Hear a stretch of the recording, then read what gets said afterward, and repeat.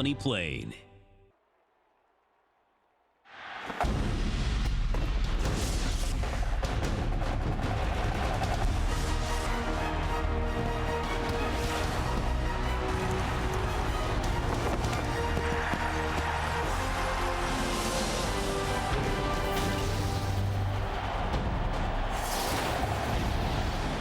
A sellout crowd, a raucous crowd at the Superdome in New Orleans, Louisiana. It's a 74th annual All-State Sugar Bowl.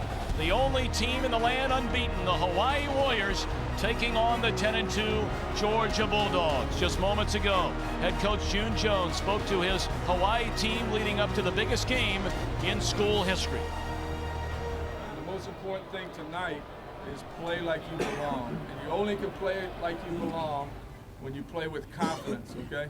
Everybody's fired up, everybody's got a lot of emotions, but go out there from the opening kickoff, have fun, freaking have a great time, and play with confidence like you belong, because you guys earned it and you deserve it. Just like Frank said tonight. Well, a Happy New Year, everybody. Alongside Charles Davis and Chris Myers, I'm Tom Brenneman. Welcome to our BCS Bull Bash here on Fox. Charles, I think you and I and the entire country so very much intrigued by this matchup. Hawaii's offense, Georgia's defense. Hawaii scores 46 points a game, and they're led by their All-American quarterback, Colt Brennan. And 131 touchdown passes in 3 years makes quite a statement, but it's been his leadership, his enthusiasm, and his belief that's brought Hawaii to the big stage tonight. Now as he makes the final walk towards the field, a moment to gather his thoughts. Just keep saying it. It's just a game. It's just a game. It's just a fun little game we're going to go out and play, and just keep it at that. Because if I realize what I'm playing for or the stage I'm on, it may take away from, what it's all about.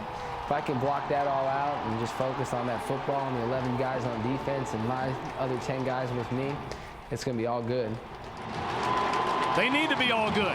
Let's face it, Charles, this Georgia defense in the powerful Southeastern Conference, they allow only 21 points per game. Unquestionably, the biggest task facing Colt Brennan in Hawaii this entire year. Without a doubt, because this is the best defense they will have played. But for Georgia, the challenge has been trying to replicate Hawaii's offense in practice because of its timing, its precision, and Colt Brennan's accuracy. But Georgia's advantage, they believe, is their overall speed on defense. They can run at every position. But tonight, the first quarter will tell the tale of this ball game because both teams will try to impose their style and their tempo on the other. Will it be Hawaii's run and shoot offense or Georgia's hit and run defense that has the advantage? Well, Colt Brennan, 29 NCAA records. And just to think, Charles, it's only been done in 3 years. Had he been a 4-year starter, of course, he would own every record in NCAA college football. Standing by with June Jones is Chris Myers. It is electric down on the floor of the Superdome, Tom. And Coach, what a journey. 0-12, you take over a program. You're 12-0. The magnitude of this for Hawaii, more than just a college football game. How do you describe your emotions? Well, I'm pretty calm. I'm hoping the guys are pretty calm. We've been talking about all week. We just need to play like we belong in this game. We haven't done that. We've been trying to get to this level where we can play some SEC teams. This is one we open at Florida next year, and hopefully we'll play like we belong. Colt Brennan, your centerpiece. How do you expect Georgia to at least come out at the start of the game and play him defensively? Well, I kind of think they're going to try to put some pressure on him.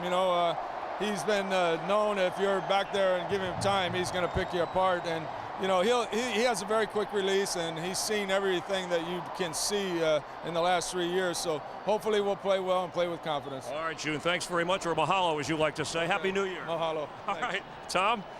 Chris, thank you very much. We have so much enjoyed our time with both of these head coaches, June Jones and Mark Richt. For the Bulldogs, a very balanced offense. They have a dynamite running game, Charles, led by a dynamic duo. The senior and 6th leading rusher in school history is Thomas Brown. He will get the start tonight. He's been injured pretty much the last couple of years. But we will see plenty of the electrifying freshman, Noshawn Marino.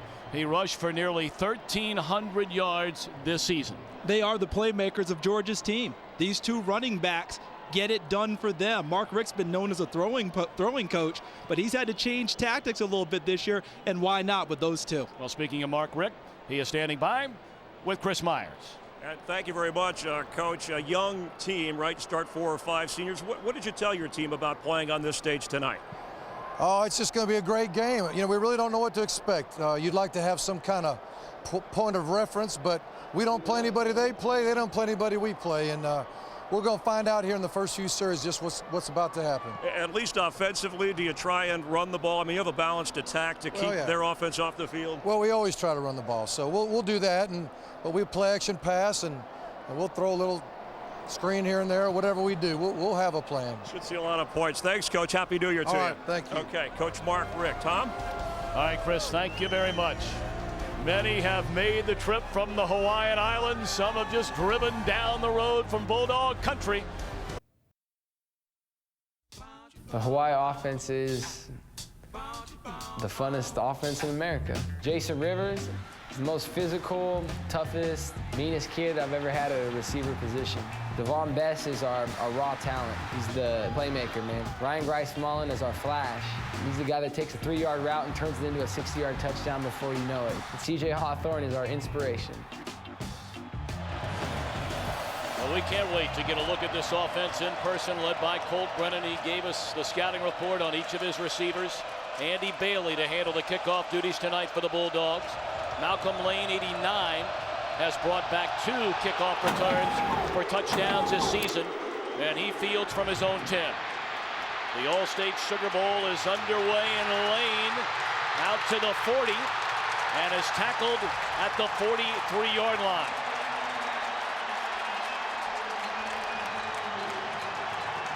Well, here comes Colt Brennan, the 2007 WAC Offensive Player of the Year, finished 3rd in the Heisman Trophy balloting. He holds 29 NCAA records, including passing touchdowns with 131. He is extremely, if not enormously accurate, 71% completion percentage.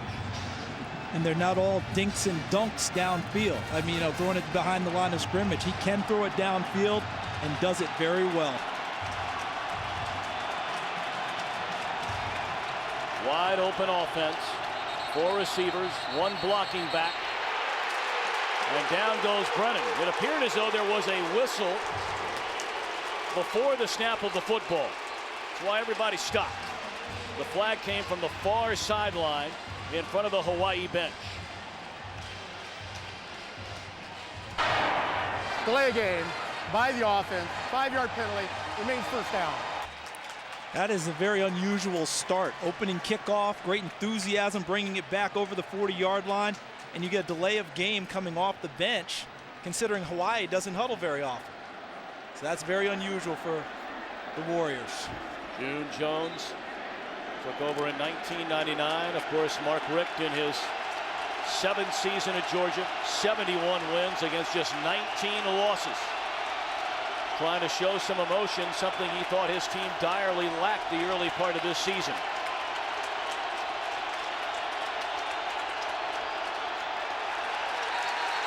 Again, movement.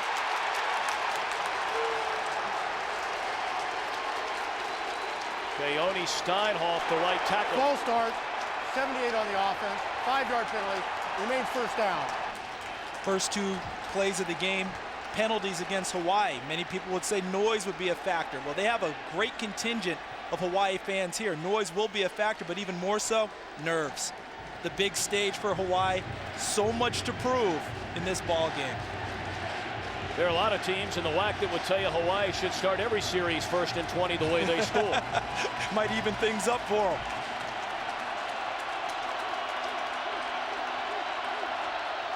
Brennan looking around and incomplete on his first pass to the intended receiver, Devon Best.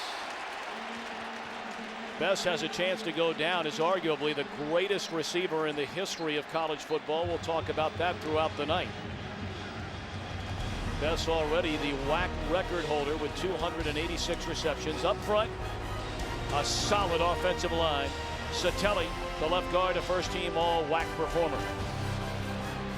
4 receivers, Rivers, Best, Grice-Mullen, Hawthorne, could play anywhere. Mark Richt told us, as did defensive coordinator Willie Martinez, they could play in the SEC, the Big Ten, the Pac-10, you name it.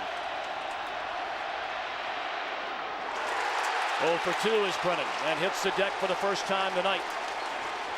Marcus Washington put him to the ground. The Bulldogs defensively. Up front, Marcus Howard leads a charge with 7.5 sacks. This unit allowed 21 points per game. The linebacking core. Donnell Ellerby, their leading tackler, not officially in the starting lineup. We'll see plenty of him. And Keelan Johnson, a senior, 2-year starter, the strong safety, the heart, if not the soul, of this Georgia defense. 3rd and 20.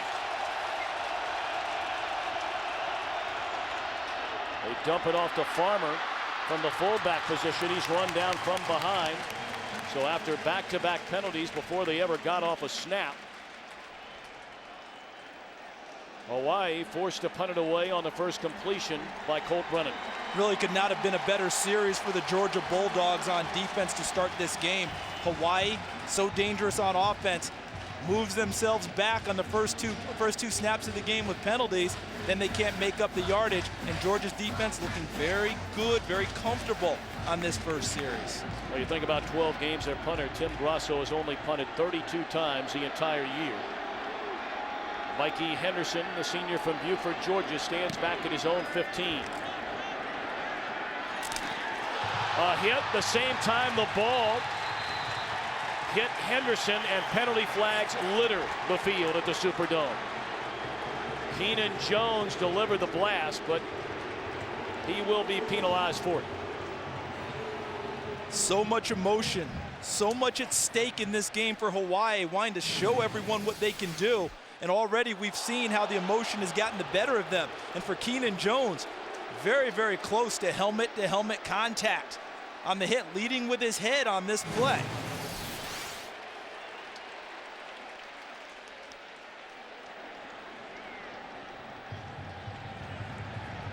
We have a Pac-10 officiating Kick catch interference by the kicking team. 15-yard penalty from the spot of the foul. First down. Tom, Hawaii is so excited emotionally. They are really over the top at this point. They've got to find a way to settle in. If I'm Georgia with this field position, I go misdirection, I go play action. I try and get something cheap early in this ball game before Hawaii's defense settles in. And hopefully Henderson is all right. He took quite a lick from Jones.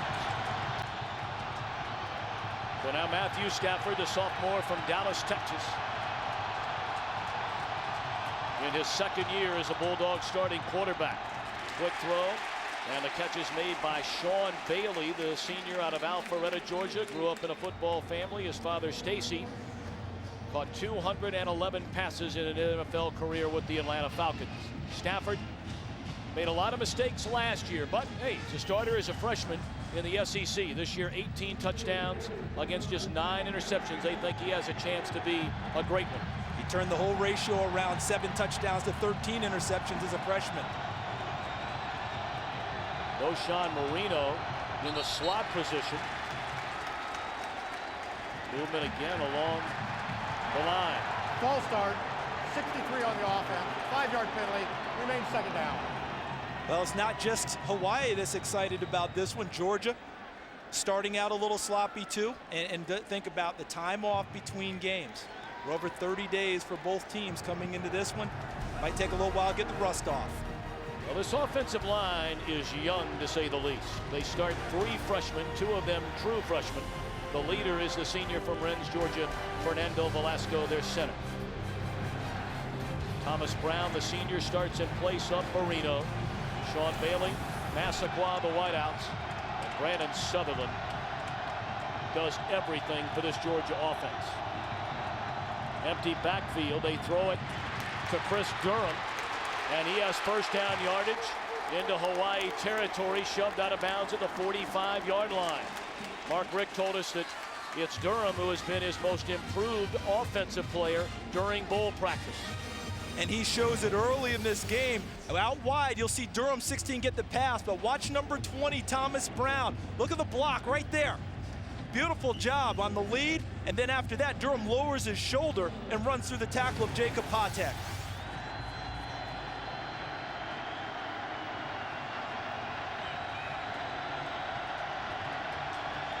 First and 10 after the 14-yard pass completion. This is Thomas Brown, and he lunges forward inside the 40, spotted at the 39. A gain of 6 for Brown, who has been injury-riddled the last 2 years. He is Georgia's 6th all-time leading rusher, but tonight is just his 12th start in the last 2 seasons. You see, he still finished with 700-plus yards this year, including 139 in the final game of the season against Georgia Tech.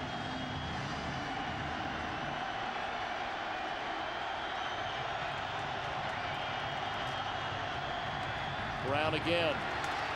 First down to the Hawaii 32.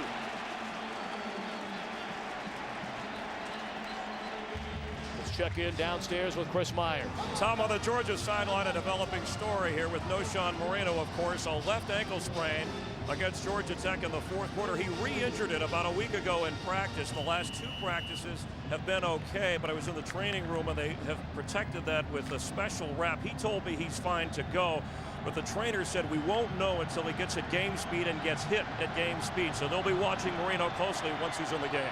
Great stuff, Chris. Thanks. Marino's 6 100-yard rushing games this season, and they'll give it to Brown again. And for the first time, slowed down at the line of scrimmage, maybe a pickup of 2. Brandon Sutherland, the fullback, was the lead blocker on this last play. And Tom, you've already noted he does a little bit of everything for the Bulldogs. Can run the ball from the fullback position, although his carries are down this year as opposed to last season when he led the Bulldogs in rushing. He can go into the slot, catch the ball, and we've already seen him as a lead blocker tonight.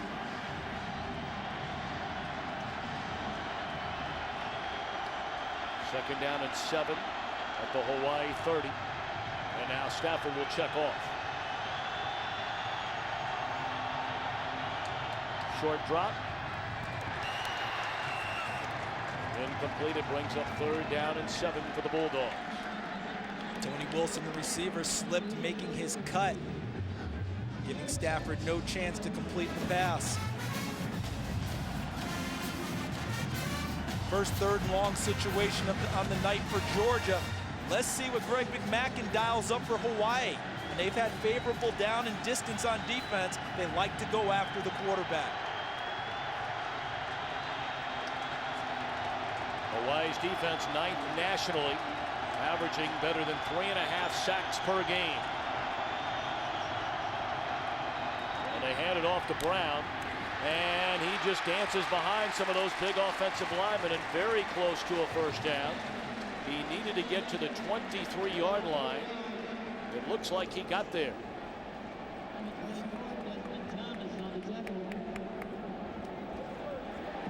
It is a first down. Concern for Georgia coming into the season was a young offensive line that's grown. Look here, Trenton Sturdivant, a true freshman. See how he pulls and helps seal, and then Brown reads it, and he gets a second block on Adam Leonard, number 44, finding the cut and getting back inside. Sturdivant, a 4.1 GPA coming out of high school, National Honor Society student, and a big hoss on the offensive line.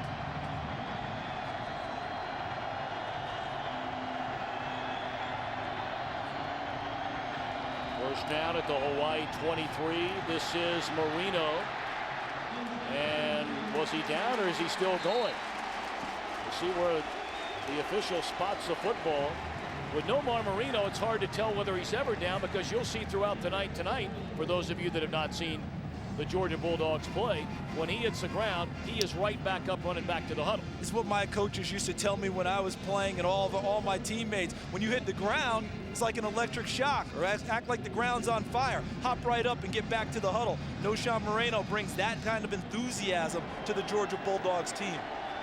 Saw that list of freshman running backs in the history of the Southeastern Conference, and where Marino ranks with his 1,200+ yards. He breaks it to the outside. Marino, touchdown, Georgia.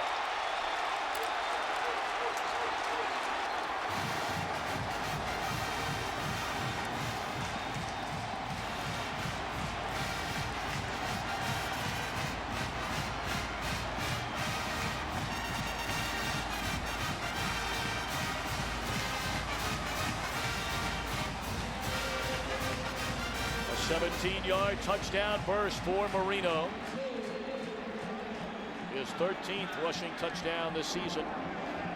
And now Katu for the point after. Not a good start at all for the Hawaii Warriors. A sloppy opening possession on offense, and on defense, the running game of Georgia, an early strike.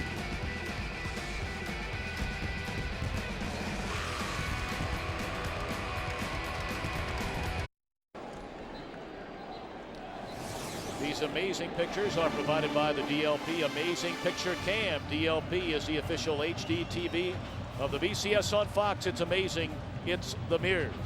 And what they saw were 10 players from Hawaii in the box. Supposedly, that's what you do to stop the running game. Instead, Georgia's offensive line, Trenton Sturdivant, number 77, Chris Davis, 63, Fernando Velasco, 75, and Brandon Sutherland, the fullback, number 36, leading, chopped a huge hole that allowed the big touchdown run. But when you have 10 in the box and that happens, that's discouraging for a defense. Brandon Sutherland has just been such an outstanding player. I mean, he's not going to get the headlines, but he is a good football player. And when they need exterminating help, they'll be coming to him. Grandfather has an exterminating company. He's set to take it over when he's ready. Malcolm Lane from the 12-yard line had a big return on the opening kickoff. And not bad here out to the 33-yard line. Hawaii gets the football back, trailing the Bulldogs out of the SEC 7-0. Look, and that's exactly what Georgia ran against, the 10 in the box, which means someone is out on the island. There you have everyone by the line of scrimmage, the corner one-on-one. And then when they chop the hole up front, it's easy sailing for the freshman sensation, Noshawn Moreno, with some help out wide from Muhammad Massaquoi, his wide receiver. So Hawaii gets the football for the second time. The Warriors lead the country in scoring, averaging 46 points per game.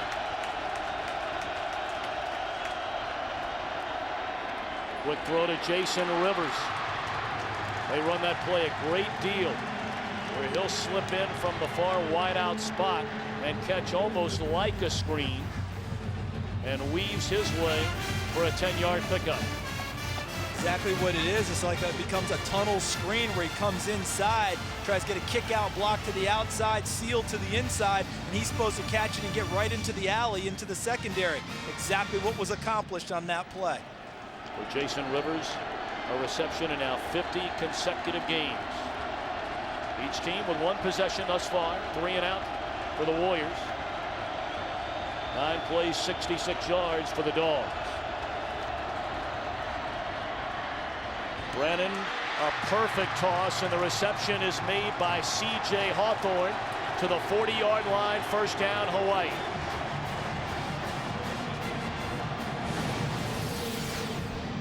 This throw from Cole Brennan to the outside where only his receiver has a shot, but look at him throw it right over the top of the defensive back. Number 3, Brian Evans.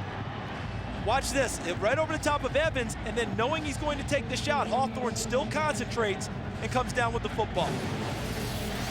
Hawthorne, a cornerback a season ago, brought him back to the offensive side. He was their 4th leading receiver. We're going to take a look at that one upstairs to see if he had possession before he came down and if he came down inbounds. But Hawthorne, the 4th leading receiver with 57 catches on the year. Mercy.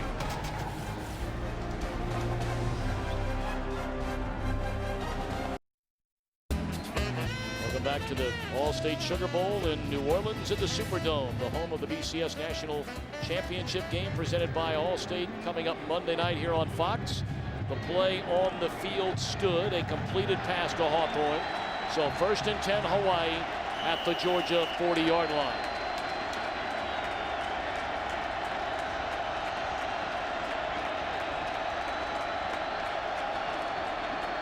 Brennan fires quickly. Devon Best chopped down by Brian Evans, but that's a 5-yard gain. Best, a 3-time first-team all-WAC performer, was charged with a crime, driving a car which had stolen merchandise in it. He said he was being a good friend doing a bad thing. He went to a youth detention center in Northern California, played in 7-on-7 flag football, spent an entire year at that facility. They wound up playing a local high school in flag football, and that's where Hawaii saw him on tape. And I tell you what, he might have made a mistake as a youth, but he is a delightful young man. Tremendous young man. We've really enjoyed our time with him. Brennan, great protection. Open space, not a big scrambler, but good enough for a first down to the 28-yard line. A gain of 7. I love Colt Brennan's savvy, and doesn't it appear that Hawaii's settling in now? You know, Georgia already has bloodied them a little bit with the first score of the game. The mistakes have kind of been washed away, and on this drive, this looks more like the Hawaii that we've seen all year long. But Brennan looks downfield. Georgia takes away his receivers. He steps up and runs it. I know that there's a concern about him doing that due to the concussion he had this year, suffered against Fresno State. Kialoa Polares, a true freshman, checks in for the first time, but they get the ball in the hands of Bryce Mullen. And he's to the 25-yard line. Let's head it downstairs to Chris Myers.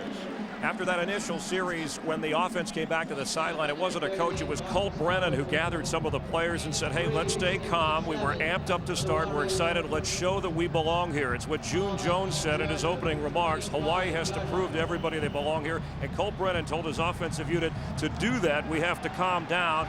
Tom, Charles, looks like they're doing that on this drive. Well, they fell behind 21-0, as you mentioned, against Washington, their last game of the season, and rallied back. You don't want to make a habit of that, especially against a team like Georgia. First down. Quickly to Devon Best. Wow, what a move, and that's a 5-yard pickup, although a penalty flag comes down. Man, what a move. Terrific move. Now, Willie Martinez, the defensive coordinator for Georgia, he set a goal of no more than 3 yards after every catch for Hawaii. If they can hold them to that average, they would be in great shape. That actually was a pretty nice play by Georgia swarming, but Devon Best with that move ended up getting more than what appeared to be there for him. Offense, 10-yard penalty from the spot of the foul. Replay second down. Hold against wide receiver Jason Rivers. Told you a Pac-10 officiating crew tonight. Our referee is Brian O'Kane. This is what Hawaii has to avoid. They make positive plays, then push themselves back into long distance situations. Even as explosive as Hawaii is, if you're playing behind the chains all night long, that's very difficult to go against the Georgia defense.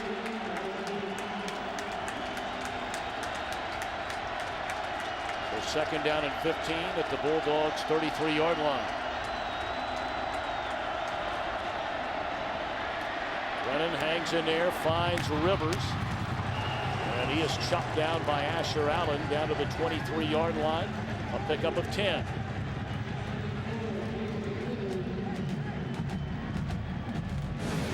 Look what Willie Martinez is doing right here, all right? Check out the linebacker. That's Akeem Dent, number 51. Watch him go to the middle of the field, almost like a Tampa 2 look, using a linebacker. Georgia all night long has had 5 defensive backs on the field, but they like to still play with their linebackers. So if there are 3 linebackers in the game, that means they're just going to have 3 down defensive linemen. Trips to the right. Rivers split left. 3rd and 5.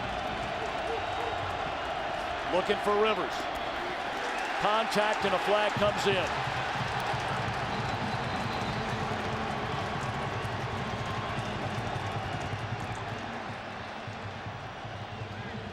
Asher Allen, like every cornerback known to man, saying he was pushed by the wide receiver.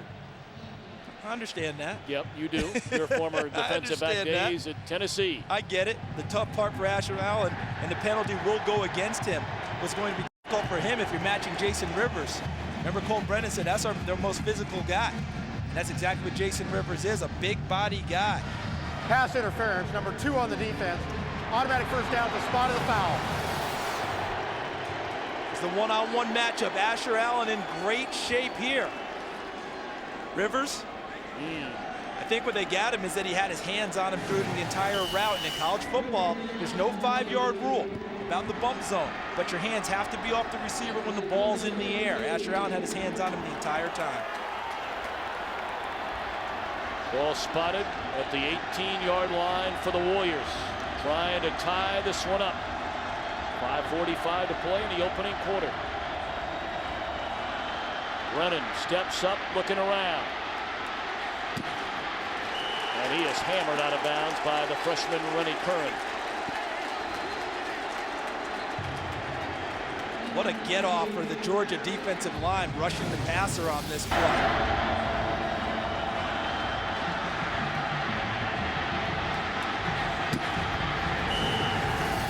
That was Jeremy Lomax, number 55, who got off really almost before the snap of the ball, but the officials determined he was still onside. He flushed Brennan early, got him to the sideline, but mission accomplished for Georgia.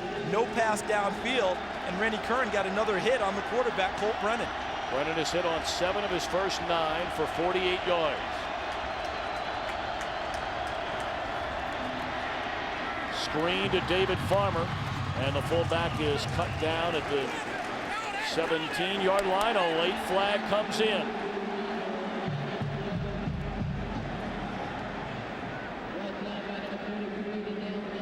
Might be a late push against Hawaii, against Jason Rivers blocking, knocking someone back into the pile as the play ended.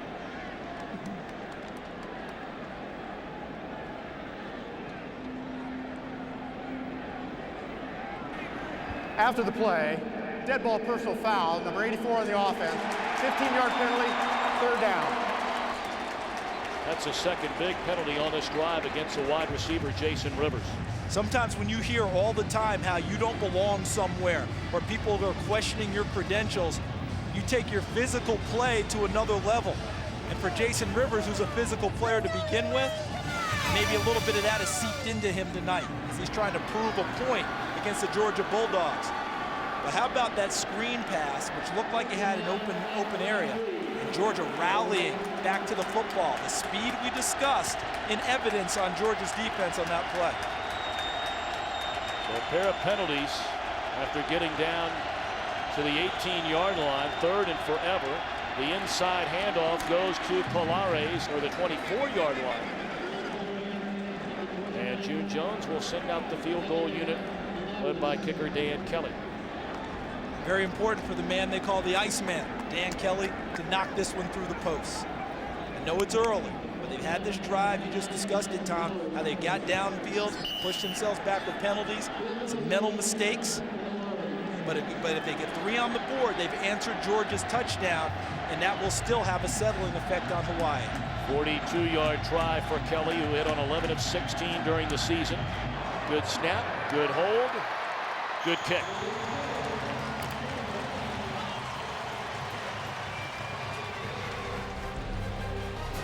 So the Warriors on the board with 4:20 to play in this opening quarter. Very nicely done by Hawaii. They hurt themselves with penalties on this drive, mental mistakes, but they have answered. The All-State Sugar Bama is a finalist for the Pontiac Game-Changing Performance of the Year. The Crimson Tide has already won a $5,000 scholarship from Pontiac for this last-second TD against Arkansas. Vote now at Pontiac.com/NCAA to help decide the winner of the $100,000 Pontiac Game-Changing Performance of the Year, which will be announced at the BCS National Championship game on Fox, January 7th. On the first drive, a 3-and-out drive for Colt Brennan and company, hit on 1 of 3. The last drive, perfect, but a couple of penalties really hurt him, forcing the field goal rather than trying to get into the end zone. One of the things about this game that people talked about coming into it was Georgia controlling the clock on offense and keeping Brennan on the bench. But without scoring, if you control the clock, means nothing against Hawaii. Georgia did that on their first drive. Hawaii, equally important for them. They don't have to worry about controlling the clock, but scoring, obviously a key. Georgia's defense happy holding them to 3. Asher Allen from the 4-yard line. Still on his feet. All the way out to the 35-yard line. Timo Paiapule on the stop. The Georgia offense, led by sophomore quarterback Matthew Stafford, has thrown for 18 touchdowns this season. He will spread it around, use a lot of different receivers in the tight end. Noshan Marino, the SEC's freshman of the year, 1,273 yards already with a touchdown tonight, his 13th this season. 1st down.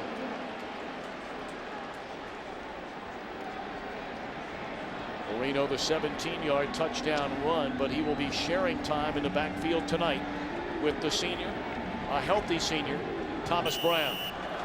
And that's not a problem for Georgia. 139 yards for Thomas Brown against Georgia Tech. The only thing that slowed him down in his career has been injuries. Same with Craig Lumpkin. He was their leading rusher last season and has missed nearly all of this year. This is Brown. That'll be a pickup of 8 out to the 43-yard line, tripped up by Solomon Elamimian, the middle linebacker and leading tackler for the Warriors. The task for Greg McMackin, the defensive coordinator for Hawaii, is to try to find a way to control this Georgia running game. Very difficult because they don't get to work against it in practice.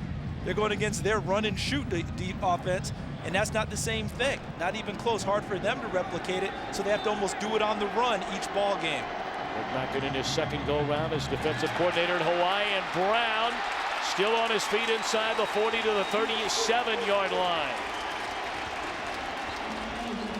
A pickup of 21 for Thomas Brown, playing in his final game as a Bulldog tonight.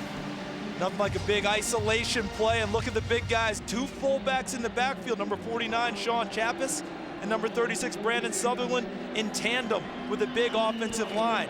And once again, against a loaded box, a missed tackle there by number 24, Desmond Thomas. Another one by number 27, Ryan Mouton.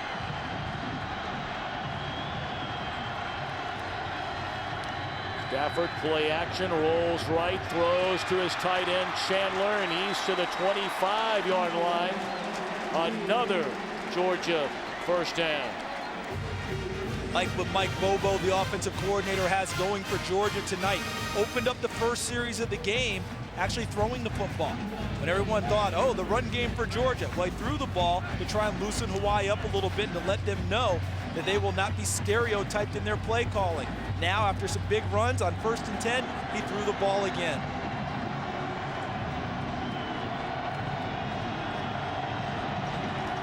They pitch it to Brown. And a nice play, charging from the far side, made by Blaine Soares. He was hurt a great deal this season, but finished the year a strong game against Washington. That's just terrific backside pursuit by Blaise Soares. Coming from his outside linebacker position, just ran the play down from the backside. Expected to be a starter going into the season. Had a number of injuries. Shoulder, hamstring that held him back. But he did finish strong against Washington with 7 tackles.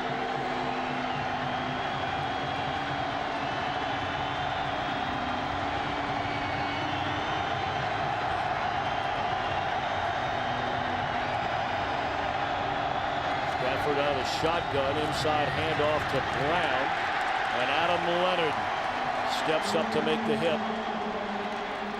Maybe a yard. Hawaii's defense, led by their leading tackler, we mentioned Solomon Elamimian. Up front, number 94, keep an eye on him. David Bekune, 7.5 sacks. And we just mentioned the name Adam Leonard. 4 interceptions, returned 2 of them this year for touchdowns. A defense that has made remarkable, staggering improvement in each of the last 4 years, but especially from last year to this year. Stafford dumps it off to Marino, spins out of a couple of tackles, and bangs his way to the 10. First down, Dogs.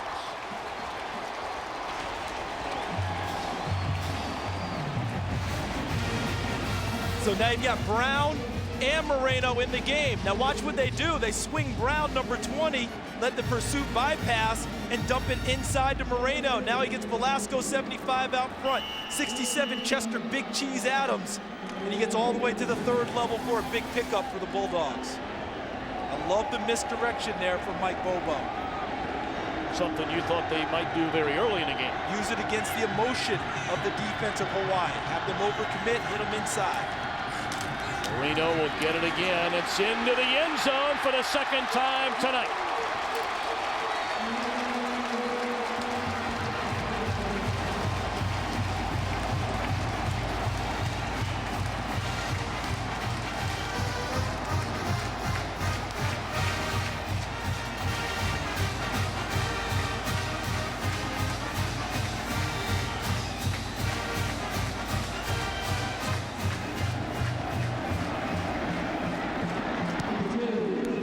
a very strong chance that before his 4 years are over at the University of Georgia, that Marino is going to strike up "Glory, Glory, Hallelujah" more than any player in Bulldogs history, Herschel Walker notwithstanding.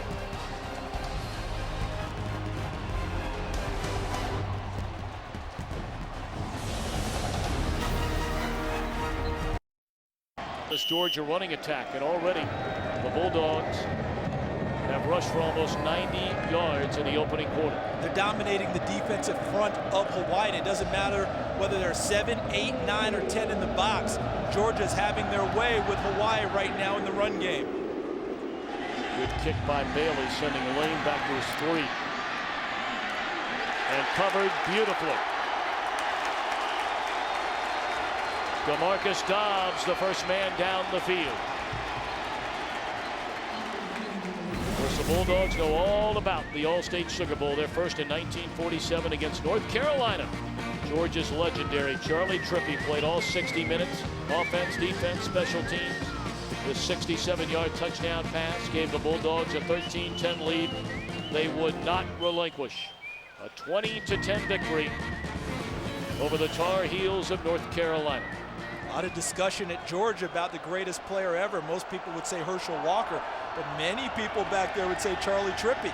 So we look at Georgia's 9 appearances here in the All-State Sugar Bowl. Of course, 2 years ago they were in the Sugar Bowl, but they had to play that in New Orleans because of Katrina. Atlanta. Yeah, I'm sorry, in Atlanta. Carry out to the 21 by Kealoha Polares. He is their leading rusher, and he has a total of 362 yards. Now, Hawaii's running backs combined have just carried 119 times, easily the fewest in Division I football, the FBS, but when they're called upon, 5.5 yards per carry. And that's because the pass game opens things up so well, and for Hawaii, a lot of their runs are screens to the wide receivers and the backs, as well as the yards after the catch by the wide receivers. That's what they think generates their run game. Brennan in trouble, and down he goes. Marcus Howard got him.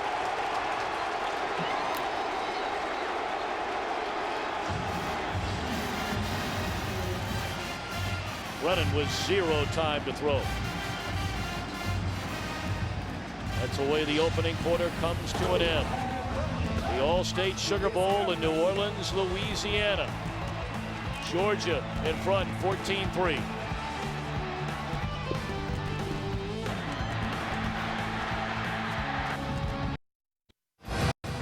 Defensive back pulling his helmet off on that last series, yelling at his defensive teammates, saying, if you're scared, get back on the bus. Meanwhile, June Jones talking to Jason Rivers after that personal foul that stopped the drive and led to a field goal, and said, you can play with emotion, but that kind we don't need. Back to Tom Brenneman and Charles Davis.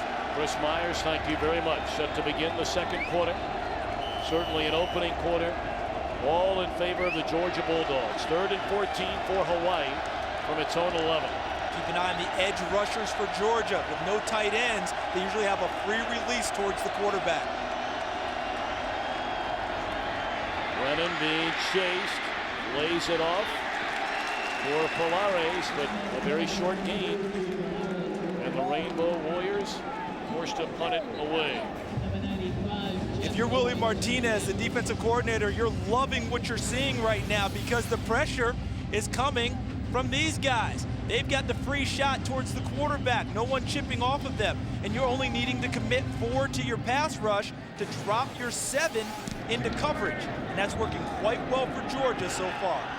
Thomas Flowers dropping back to field the punt. You may remember early in the game, Mikey Henderson took a lick that has forced him to the sidelines. Of course, tomorrow the Bull Bash continues with a Tostitos Fiesta Bowl. West Virginia will take on the Oklahoma Sooners. Our coverage of the Tostitos Fiesta Bowl begins tomorrow, 7:30 Eastern, 4:30 Pacific, in high definition, only on Fox. Oklahoma back to the scene of the crime. We were there last year for that unbelievable Tostitos Fiesta Bowl, the thrilling Boise State win. Sutherland, his first carry, and picks up a yard. I really think this is a very important defensive series for Hawaii. Notwithstanding Myron Newberry's tantrum on the sidelines, yelling at his players, yelling at his teammates, Hawaii needs to show a little stoutness against Georgia. Right now, Georgia's had their way. The run game, throwing the ball when they felt like it. I know it's 14-3. Hawaii has been comfortable coming from behind. It's a little bit different animal they're playing tonight in the Georgia Bulldogs. They can't afford to get way down in this game.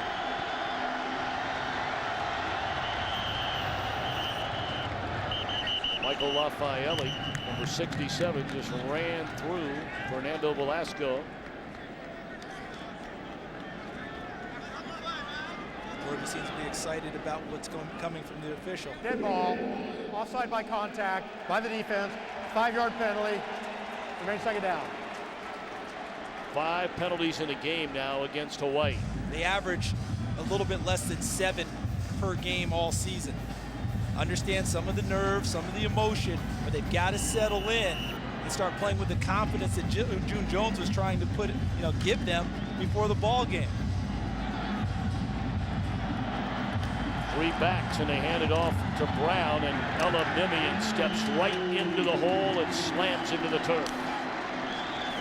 Ella Mimian, first team all-WAC performer at middle linebacker. Sorry about that, Tom. That's exactly what Hawaii needed.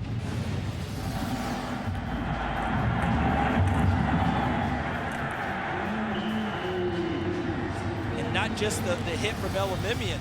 He had a number of teammates swarming with him. I saw Carl Noah, number 12, a couple of others. Big 3rd and short for Georgia.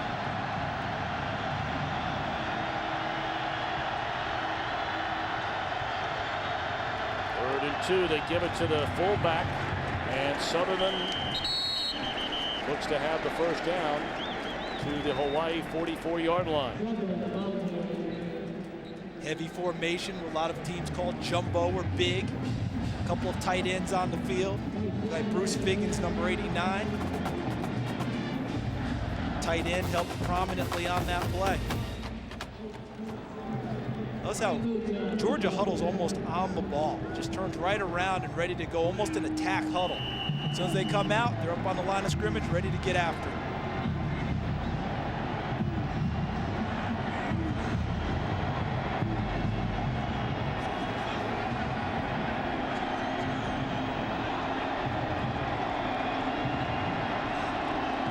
Changing the play, a short drop by Stafford, and throws too high for Michael Moore, the intended receiver. 2nd and 10. Stafford very fortunate on that play because the coverage was excellent by number 27 Ryan Mouton and number 3 Myron Newberry, backing up his words with action on that play. It's probably good that Stafford was high and away, because if the ball's down a little bit, great opportunity for Hawaii to get their hands on it.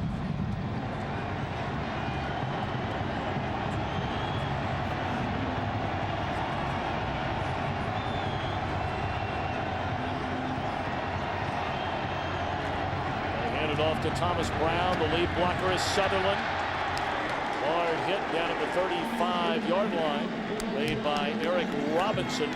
Another 3rd and short upcoming for the Bulldogs. Nice hit by Robinson. The downside, though, is his 9 yards downfield on a 2nd and 10. Left side of the line, just zone blocking. Sturdivant at 77 handles his guy at the front, allows Brown to get downfield. Great job by number 89, Bruce Figgins, the tight end, controlling the line of scrimmage. 2 tight ends out of the I formation. Nearly lost the handle on the snap. And very close to another first down. It looks like Brown got there.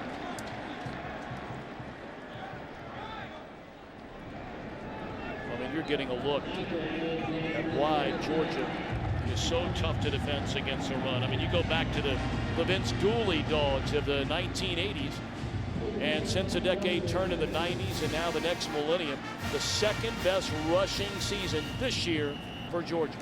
Kind of in reverse of what they had done with Mark Richt, who came with the identity of a guy who likes to throw the football, but he knew that this year his playmakers were his running backs coupled with a young offensive line, so he kept it simple for the Dogs this year.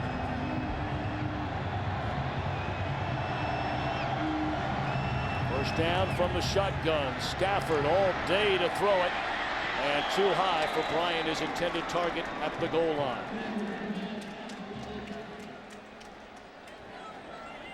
Well, Nissan and the all-new 2009 Nissan Murano offering fans a chance to attend the 2009 FedEx BCS National Championship game in Miami. Log on to foxsports.com for details on how to enter for your chance to win. Boy, what a gorgeous vehicle that is, that Nissan Murano. Not to be confused with a no-Sean Moreno. Very well put, young man. Same type of pickup, though, I'll bet. Loshan is back in there. They fake the handoff to him. Flag comes down. This will be a hold against Georgia. It looks like they got Chris Davis, a redshirt freshman. Georgia was lobbying for a late hit on Matthew Stafford going over the sideline.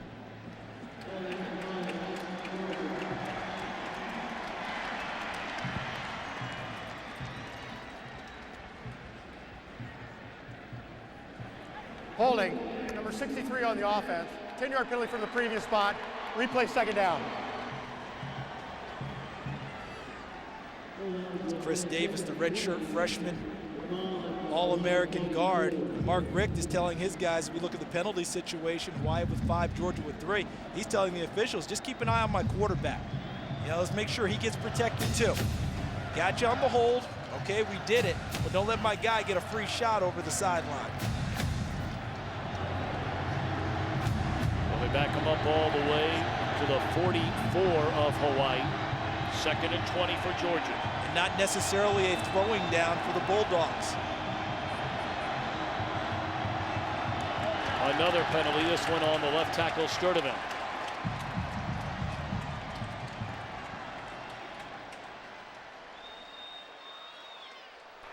False start, number 77 on the offense. 5-yard penalty, remains second down. Not only Sturdivant, as Charles brought up earlier, a National Honor Society student and a 4.1 grade point average. He was also his student council body president. Of course, and again, when you're that big, who's going to vote against you? I was about to say, I mean, forget stuffing the ballot box. I'm guessing he ran unopposed. Well, he's bigger than the ballot box. He just said, I want to be student body. You got it. It's yours.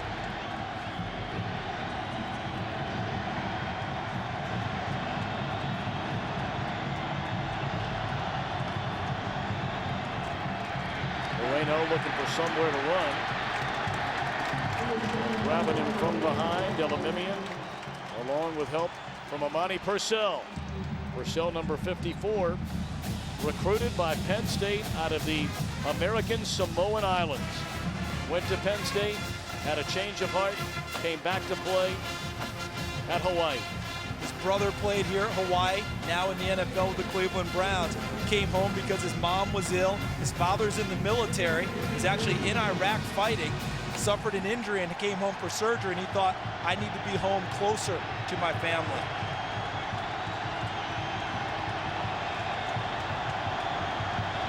Third and 24, all-out blitz coming. The screen to Marino.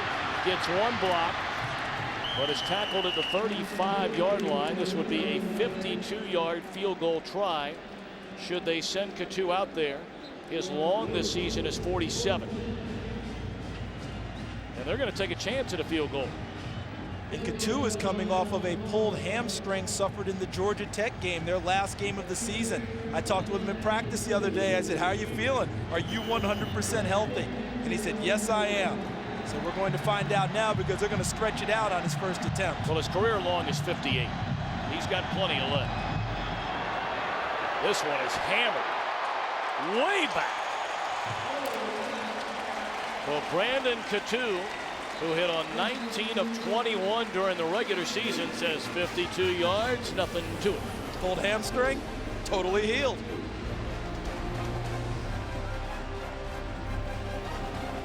That looks like going back to the days of Kevin Butler.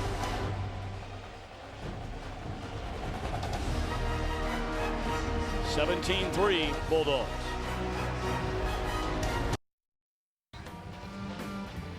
Aerial coverage tonight from New Orleans, brought to you by Bud Light. Endless refreshment from start to finish. Bud Light keeps it coming. We invite you to join the live All-State Sugar Bowl play calling competition now. Predict plays before the snap for your chance to win. Text BCS to 386 from your AT&T wireless phone, exclusively from AT&T. Or you can play now at AT&TBlueRoom.com. UGA the 6th, an 86-27 record. Hey, they keep records on all of the UGAs, and you know when they go on to their greater reward, do you know where they're placed? Inside of Sanford Stadium, inside of a tunnel. Each has his own crypt with his name, his record, and a nice little passage. Let's hope that's a long time away. At the 10-yard line, Malcolm Lane up to the 27. Now, there have been a number of games. In fact, their most recent, Hawaii fell behind and fell behind big, 21-0 to Washington. Now, Washington's a different animal entirely than the Georgia Bulldogs, but this Hawaii team is not going to get real uptight because they trail 17-3 with 9:30 to play until halftime, right? June Jones cited that to us when we talked with him, and not so much the Washington game, Alabama, when they went on the road and played them a couple of seasons ago. He said, we didn't play well at all. We acted like we were wondering whether we should have been there, and by the time we settled in and made it a game, it was too late. That's what he was telling his players before the game. Show that we belong early, but they are comfortable coming from behind. Brennan steps up and throws. It's intercepted. Brent Miller, his first pick of the season, and the first one thrown tonight by Colt Brennan. Willie Martinez, the defensive coordinator for Georgia, has to be ecstatic right now because watch the pressure up front. It's just a three-man rush. That means he has 8 guys committed downfield to cover, and the three-man rush put pressure in Colt Brennan's face.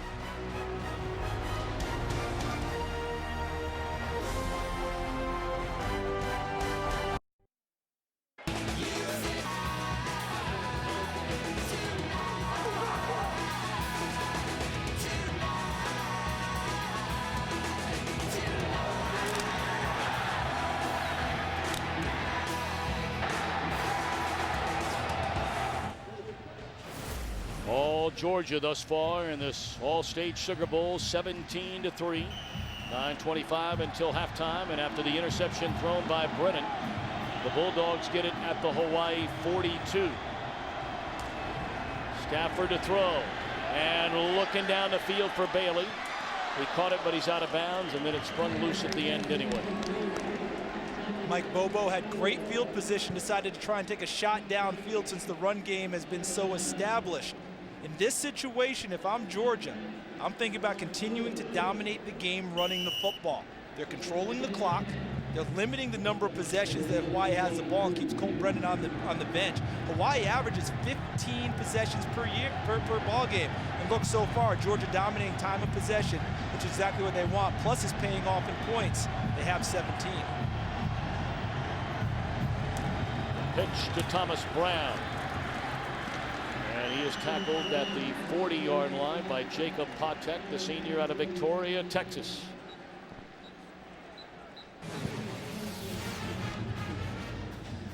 Jacob Patek to the left, number 31. Look at the job he does, stoning the block by Sean Chappis, number 49, and then falling inside and making the tackle. 6 foot, right around 200 pounds, out of Texas. Has really embraced the Polynesian culture, was wearing the lava, the skirt type outfit that Hawaiian players tend to like to wear off the field. Big third down here, and they set up the wide receiver screen to Durham. What a call, and still on his feet is Durham inside the 15. Ball comes loose, and who's got it?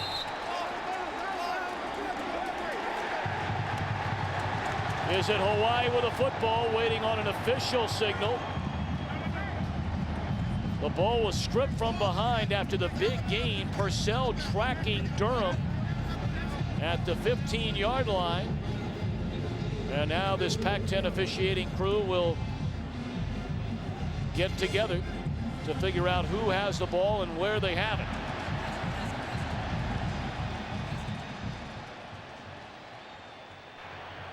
The ball was fumbled forward and out of bounds. It was recovered out of bounds. Georgia retains possession of the spotted fumble. 1st and goal. There you have it. And Chris Durham breathes the biggest sigh of relief in the place. They ended up catching Hawaii in a blitz. But look at the end of the play as Durham's running. Ball's in the inside arm. Great hustle. Downfield, stripping the football by number 54, Amani Purcell. Unfortunately for he and his teammates, the ball fumbled. The fumble ended up going out of bounds. See Purcell, the defensive lineman, great hustle.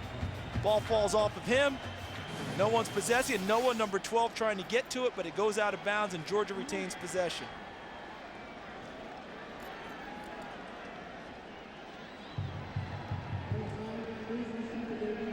Minutes and 21 seconds. Thank you. Want to reset the clock, tack on 5 seconds to 8:21. Who would have thought that at this stage of the game, Georgia would have more yards passing than Hawaii? A very balanced offense thus far from Mark Richt and his Bulldogs. As Georgia offense averages 200 yards in the air per game. Hawaii 450 per game.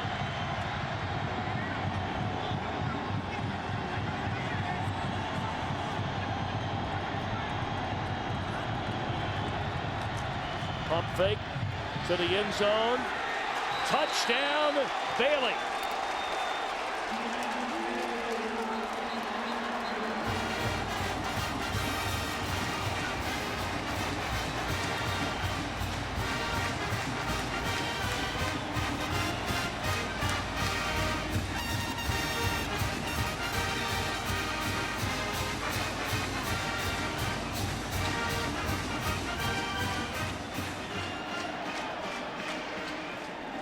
The Georgia Bulldogs, winners of their final 6 games during the regular season, finished in a tie with Tennessee in the Eastern Division of the SEC. But Tennessee beat them during the year, thus the tiebreaker to the championship. They feel like they're playing as well as anybody in the country. And so far in this All-State Sugar Bowl, lights out for the Bulldogs. 24-3 leaders. By Brennan. Willie Martinez, the defense coordinator, loves this. Rush 3, number 55. Jeremy Lomax puts pressure on, drop 8. And look at how they have the receivers blanketed downfield, leading to the interception by number 23, Prince Miller. Then earlier in the game, Georgia scored a touchdown against 10 in the box of Hawaii, running the ball. This time, they choose to go to the one-on-one route outside. Nice stop-and-go route by Sean Bailey. Touchdown, Bulldogs.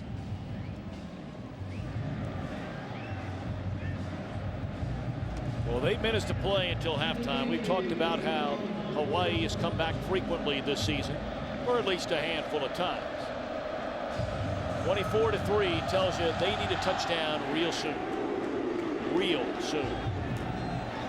Ryan Mouton from the 7-yard line and brings it out to the 23. Ryan Mouton returning the kickoff tells you how important this series is. June Jones told us he wouldn't return kicks until the second half of this game because he was worried about wearing him out on defense early in the contest. Down 24-3, those thoughts go out the window. They needed a big play. They tried to get it from Ryan Mouton. 4 possessions for Hawaii. 3 and out, first possession, field goal, second possession, punt, third possession, interception, fourth possession. See if Georgia continues to rush 3 and 4 men and continue to drop 7 and 8 into coverage. Brennan flush out of the pocket again. Slings it out to Rivers, who escapes one tackle. And he is slammed to the turf at the 35-yard line. He might be hurt. That's Donnell Ellerby, their leading tackler, that came full speed from the other side of the field to hit Jason Rivers. He took a big hit when he cut back inside.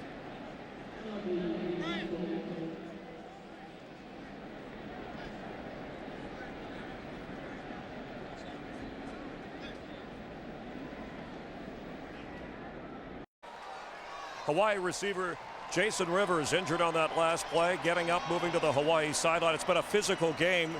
Senior Mikey Henderson, number 27, the regular punt returner. As fans here, Hawaii fans cheer Jason Rivers. Mikey Henderson knocked out of the game with a concussion, his first attempt on a return. This is his final game as a Georgia Bulldog player, telling me he's moving on to a different career in computers and maybe working with athletes and academics, was emotional about approaching his last college game, a part of Georgia football, and said it helped him establish his personal life and things he can do. And Mikey Henderson said he also saw the Boise State game last year and got the idea from Ian Johnson. Mikey proposed to his fiancee senior day when Georgia played Kentucky, and now his future wife is here watching him in his final game. Chris, thank you. And speaking of marriage, Jason Rivers just got married during the recent Christmas break. His wife with him on this trip to the All-State Sugar Bowl. Rachel. Wide open, and a catch is made at midfield by Greg Salas as he is shoved out of bounds. And a penalty flag apparently came in, so we'll wait to hear again from our referee Brian O'Kane. Ineligible receiver downfield on the offense, number 7. He was covered on the line of scrimmage. 5-yard penalty, replay first down. That's just an alignment error by the Hawaii receivers. And you wonder if they're just a little bit rattled right now. Talk about the Hawaii football team down 24-3. So much that they wanted to try to prove tonight, and still plenty of time to do it. That was their 6th penalty of the game. They average a little bit more than 6 penalties per game. That's it, less than 7. They're already at their limit. Someone just lined up incorrectly and made someone ineligible. Salas caught 3 balls the entire year. They used pretty much their 4 primary receivers catching passes for Colt Brennan this season. That one batted, looked like it was tipped to the line of scrimmage and then dropped by Devon Best. 2nd down and 15 for Hawaii. And the whole strategy for Willie Martinez coming into this game was to rotate guys in and out of the ball game to keep them fresh on defense for Georgia. He wanted to rush 3, wanted to rush 4, occasionally 5 guys, but he wanted to play more coverage and show different looks and try and disguise and confuse Colt Brennan. Because the rush is getting to Colt Brennan, he doesn't have the same amount of time to look downfield. That's why Georgia's defense has been so tough in the first half.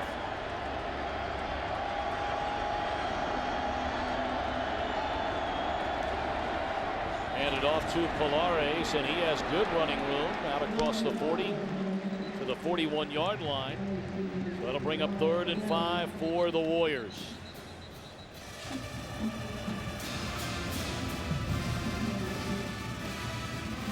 They were down Washington. Really, that was twice in the Washington game they were down 21 before they ultimately came back and won the game. A scintillating game from Colt Brennan, especially in the second half. 42 of 50 throwing the football in that game for 442 yards and 5 touchdowns. And no interception. No interception, but he had 20 in a row at one point in the second half. The Warriors need badly this conversion. Not going to happen. The ball is loose, and Georgia has recovered again.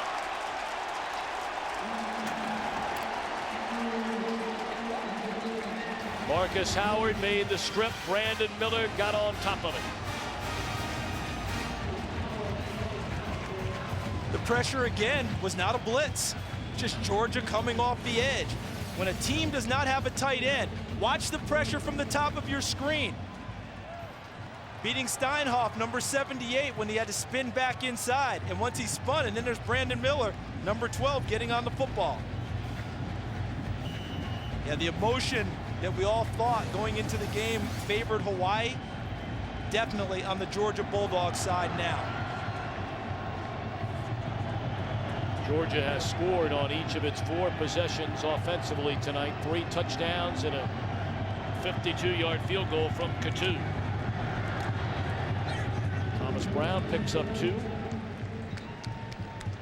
Bellamimian and Lafaele in on the tackle.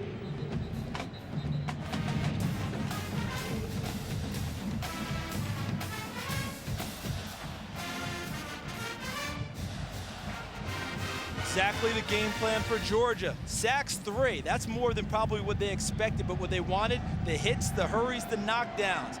On every pass, they wanted him to feel their presence, and he's done that tonight.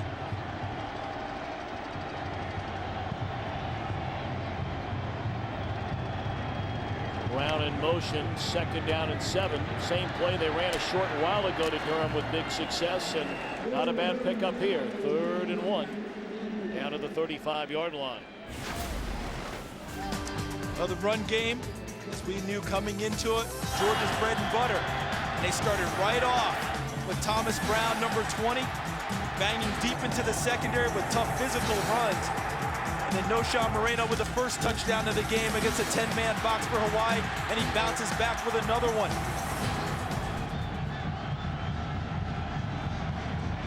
Third down and 1 at the Hawaii 35. Sutherland and Brown in the I formation, and Brown with a football, and Elimimian slams him down at the 37.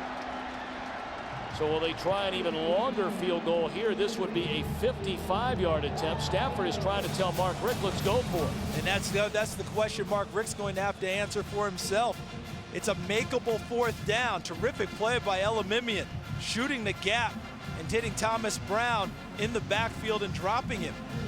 A huge play needed by Hawaii because they could not continue to allow Georgia to just dominate them up front and get the yardage they needed on any carry. I think he's waiting, yeah. You're going to call a timeout, let the play clock wind all the way down to 1. See another example of trying to take the game, shorten the game against Colt Brennan. Let it go all the way down, keep him on the sidelines, take your timeout. The decision when we come back.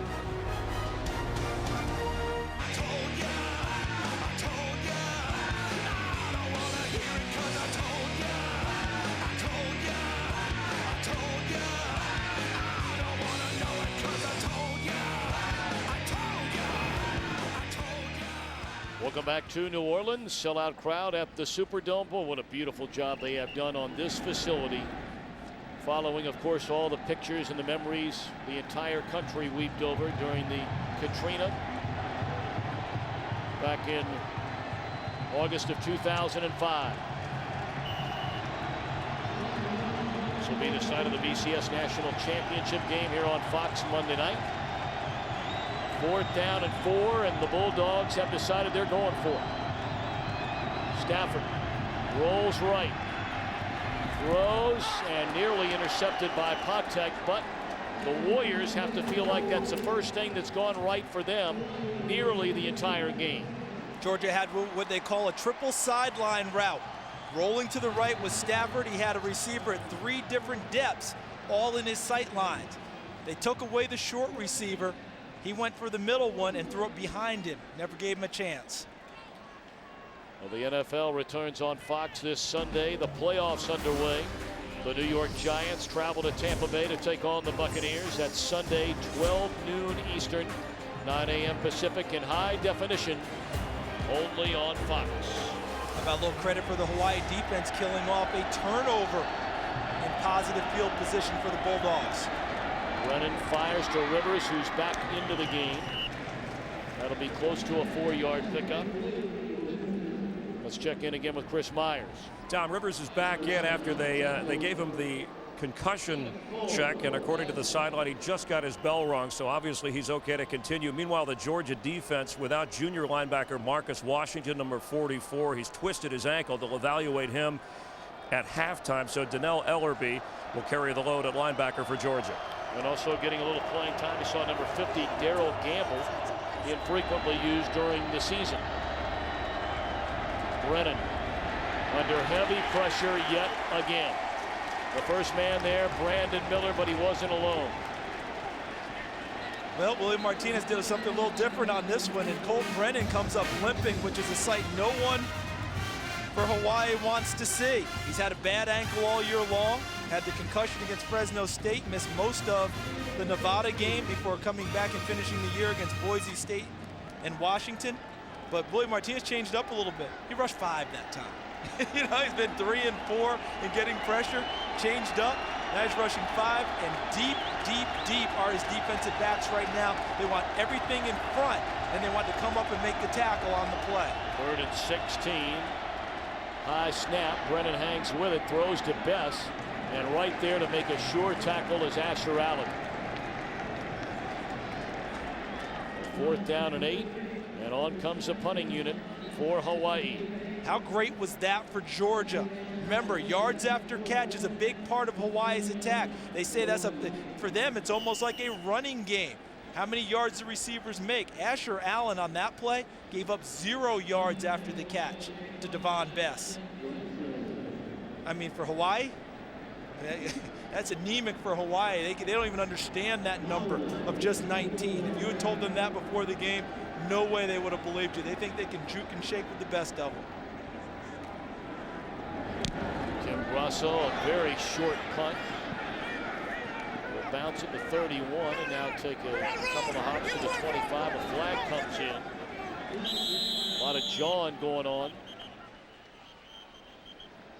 Number 10, Timo Paiapele, and there you get a look. Whistled for an infraction already in the game is number 29, Keenan Jones, when he put that hit that knocked Mikey Henderson out of his final game of his college career.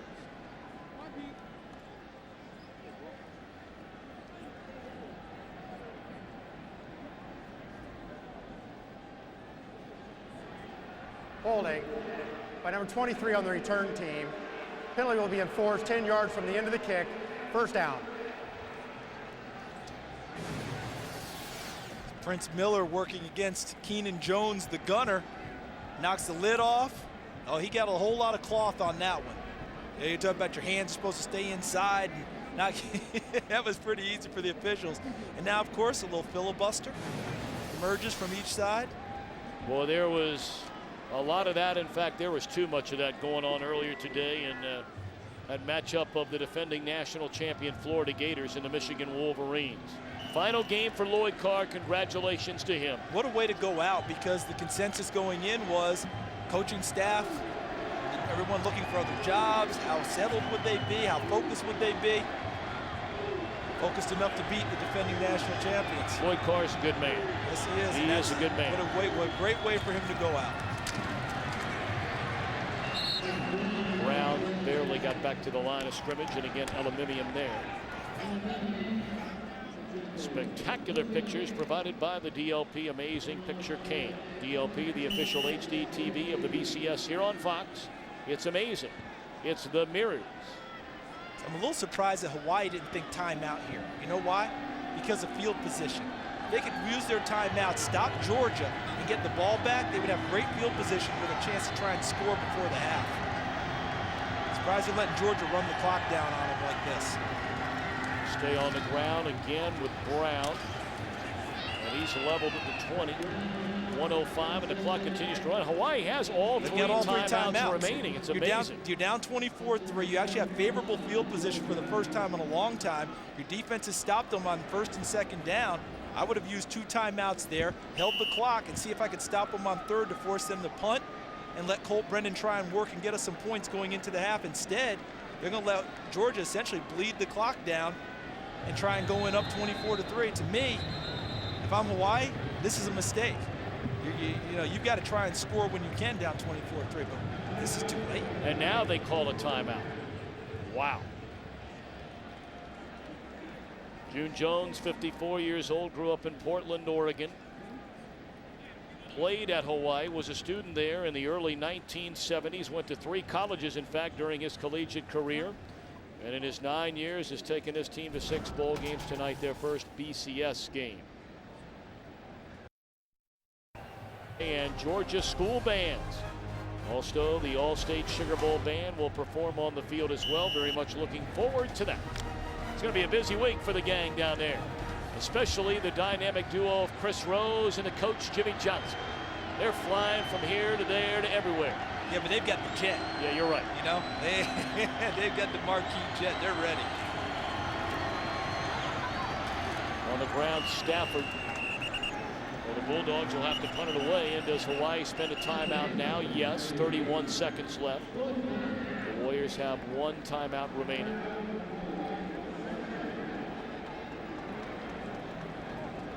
Still don't understand what took them so long to get to these timeouts. They would have left themselves with much more time to try and mount a last drive. So we look at the first half offense for Hawaii, season low 14, 214 in yards, 3 tonight, 103. I mean, they haven't scored less than, what, 28 points in the last 25 ball games overall, averaging 46 points per game coming into tonight.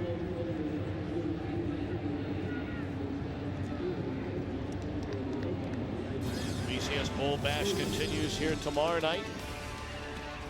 From Glendale, Arizona, the West Virginia Mountaineers and the Oklahoma Sooners in the Tostitos Fiesta Bowl. Our coverage on Fox, 7:30 Eastern, 4:30 Pacific in high definition only on Fox. Now, Hawaii's MO has not been to go after the football. They have so much confidence in their offense that they've just been a return team under June Jones. Here would be a prime time to try and go after and block a punt and try and change momentum, but that is not what Hawaii normally does. First punt of the night for Brian Mims, and it's a good one.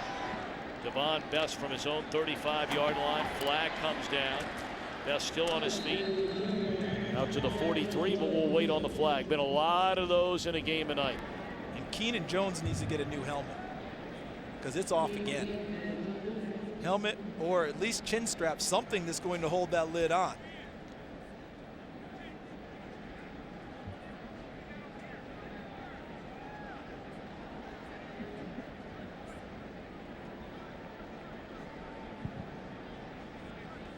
There have been 12 Holding. penalties. Number 29 on the return team. 10-yard penalty from the end of the kick. First down. For young Mr. Jones, needs a little more action, a little less chatter right now. Just go play. I understand the emotion of the game, but just go play right now.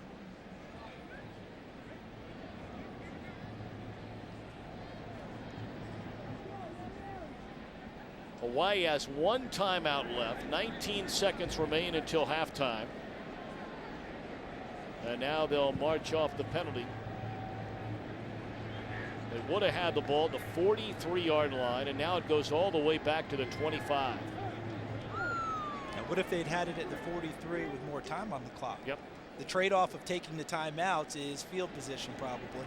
Well, I might be off a second or two, Charles. When I go back to that last series, if they call a timeout after 3 straight running plays, they'd have a minute 20 left right now until halftime.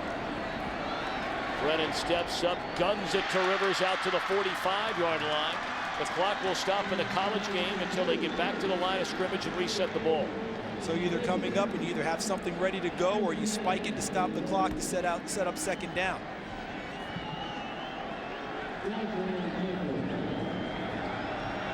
They're getting a break here because the official's still over the ball and Hawaii's already set. Well, the whistle clock starts, and Brennan is caught from Rennie Curran. What a great play. Hawaii uses its final timeout.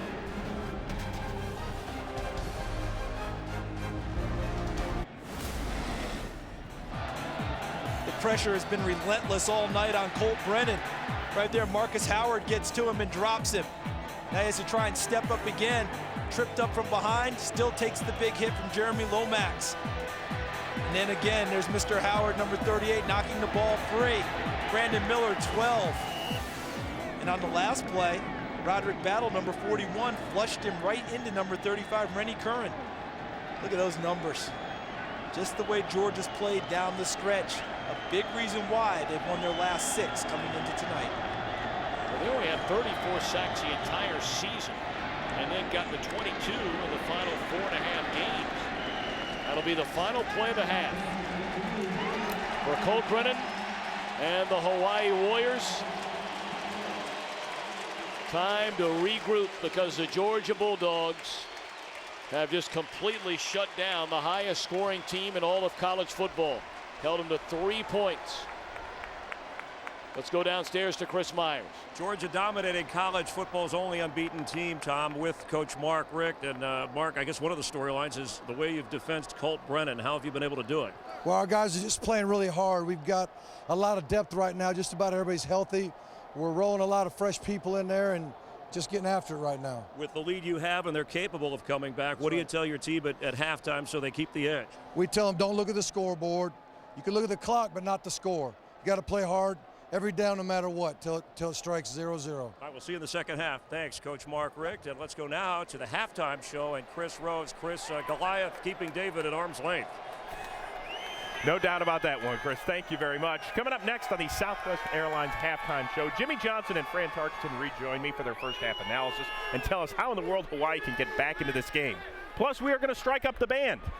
Make that both bands from the University of Georgia and the University of Hawaii. So far, it is all Bulldogs keeping the nation's leading scoring team to 3 points. 24-3. Halftime show coming your way from the All-State Sugar Bowl after this. Far for Hawaii, but maybe this can cheer up their fans. Right now, time for the University of Hawaii marching band.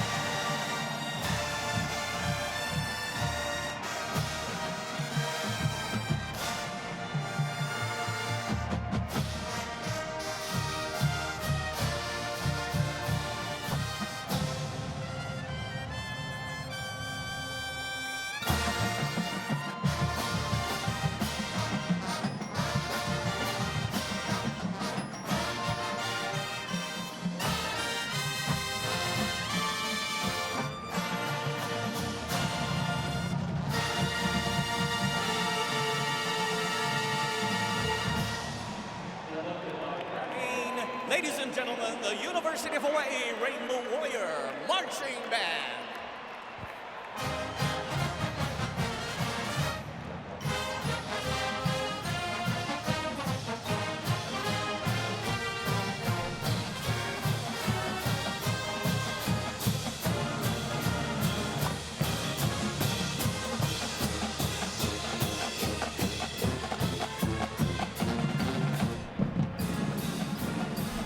Much more coming your way on the Southwest Airlines halftime show. When we return, we are going to hear from the University of Georgia marching band.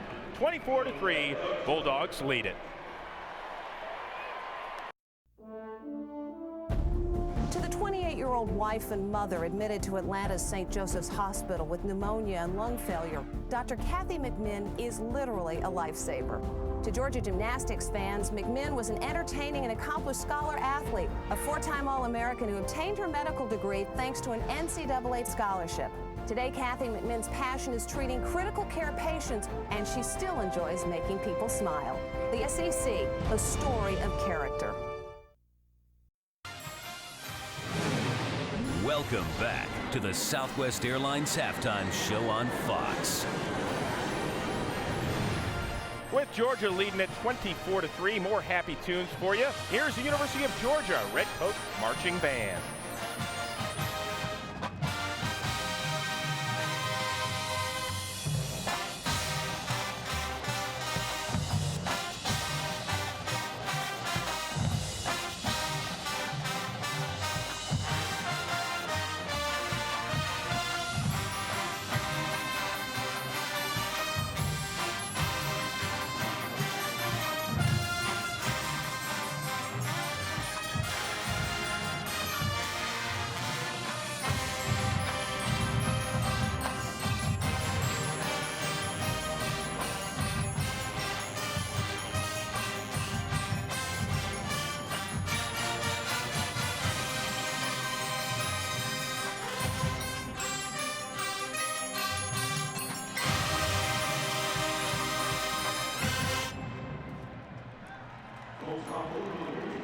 Journey's signature song. Over the years, it's retained popular appeal through its use in television shows and sporting venues. The Redcoats continue their show with a medley of this anthem and another of their other popular singles, Be Good to Yourself.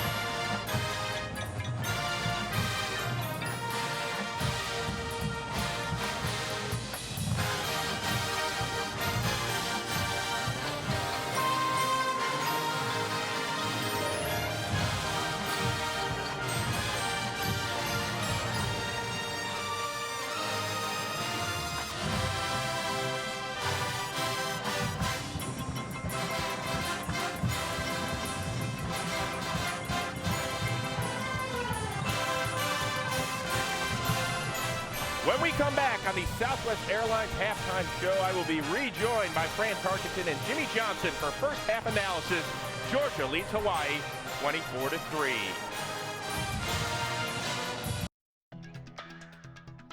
The University of Georgia's investment in my growth as both a student and an individual were critical to my success in the Rhodes competition.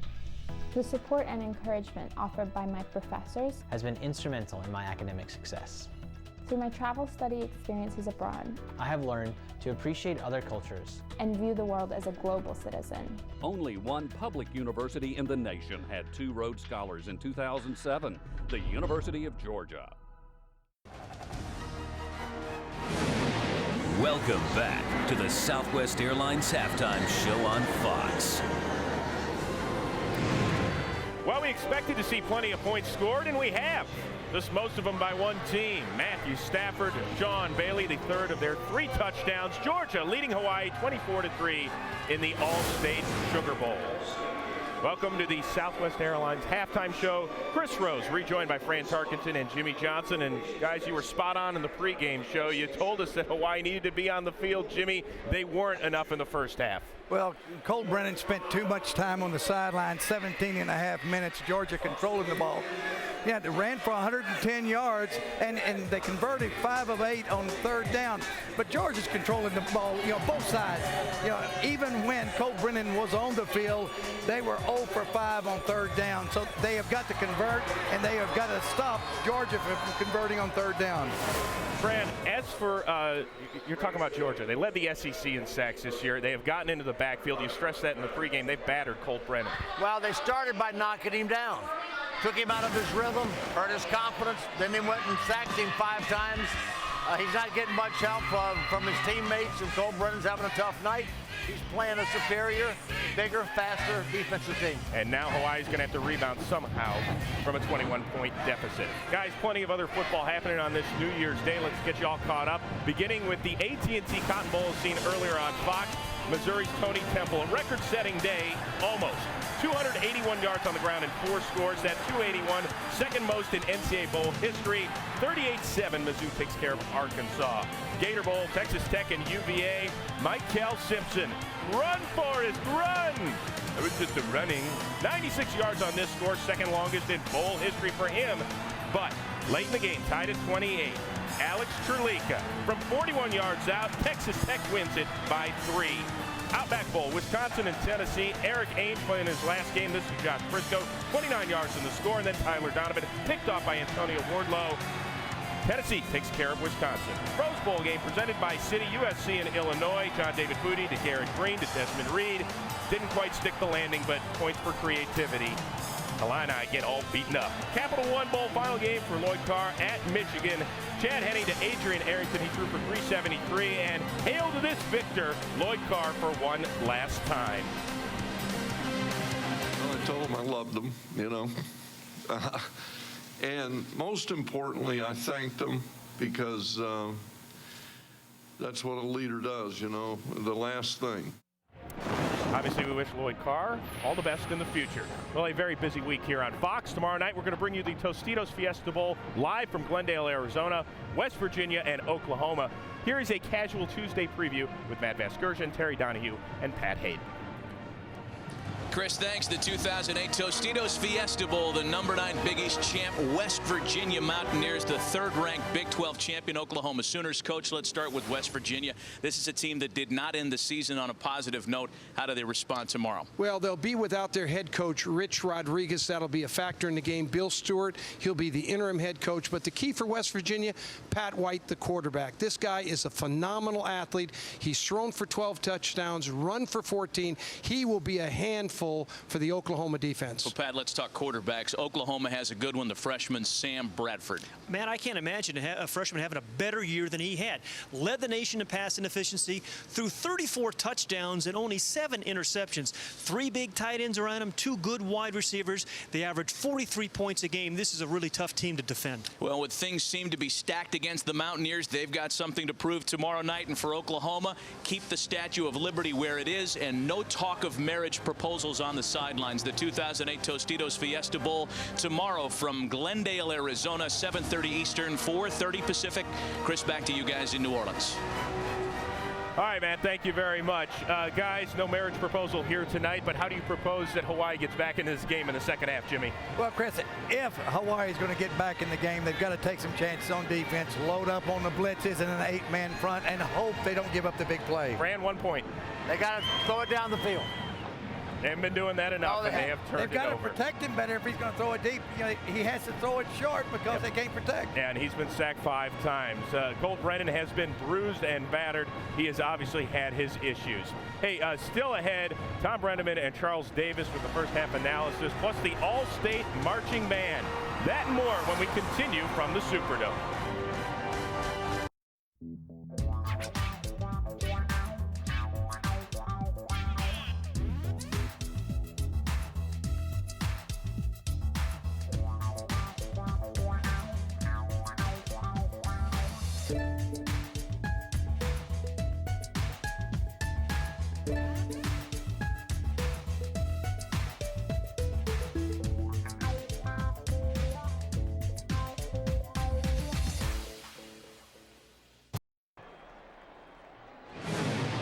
Welcome back to the Southwest Airlines Halftime Show on Fox.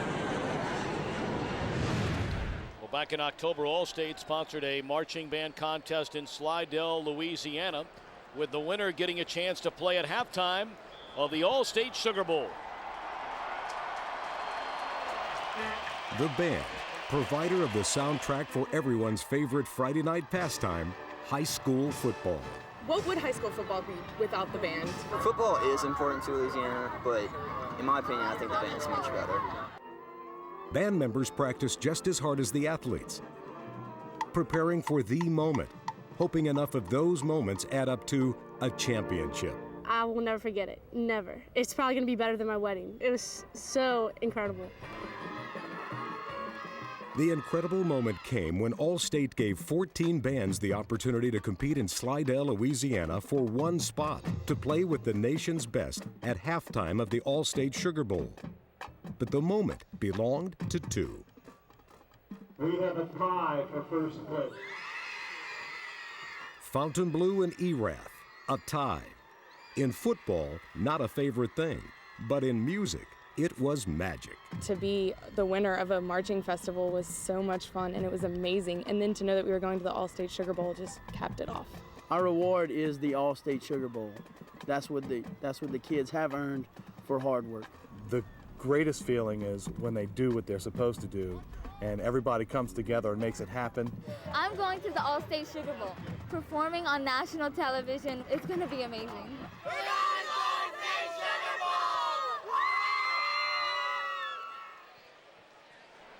And without further ado, please welcome the ERAF and Fontainebleau marching bands playing alongside other great marching bands from across the country.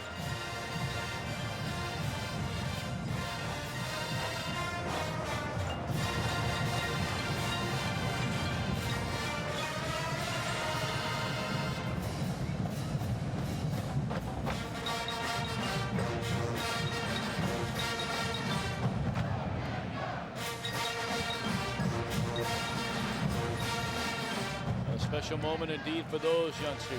Congratulations. Second half of the All-State Sugar Bowl coming up next on Fox.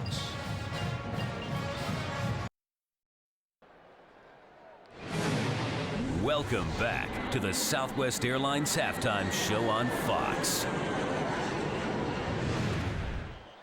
Tom Brenneman, Charles Davis, Chris Myers back at the Superdome in New Orleans at the All-State Sugar Bowl. And, you know, we wondered coming in, I mean, what could Hawaii's offense do against a powerful Southeastern Conference defense? Now, granted, we're only halfway through, long way to go. But the first half, all Georgia defense. And they did it the way they wanted to do it, which was the pressure without blitzing. Dropping 7 and 8 into coverage, many different disguised coverages. They didn't really confuse Colt Brennan, but he didn't have anywhere to go with the ball. The pressure got to him. They put him on his back a number of times. On offense, for Hawaii, the big thing for them is their offensive tackles have to block the edge pressure.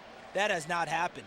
And that's been a very, very, very difficult thing for Colt Brennan and his receivers to overcome. Granted, the level of competition is different, but it should be noted that last year at halftime in the Hawaii Bowl against Arizona State out of the Pac-10, Hawaii scored 3 points, and they trailed at halftime last year 10-3.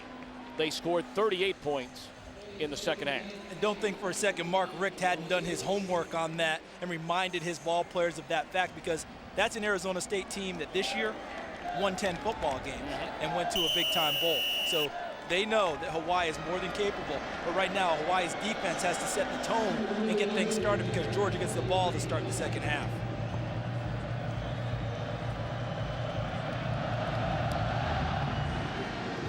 Dan Kelly bangs it away. It bounces once before Craig Lumpkin gets to touch the football. The first time that has happened since the 5th game of the year. He's been out with an injured knee ever since.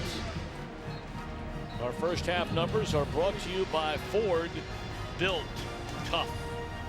When we look at things, look at Hawaii, 0 for 5, right? Third down conversions.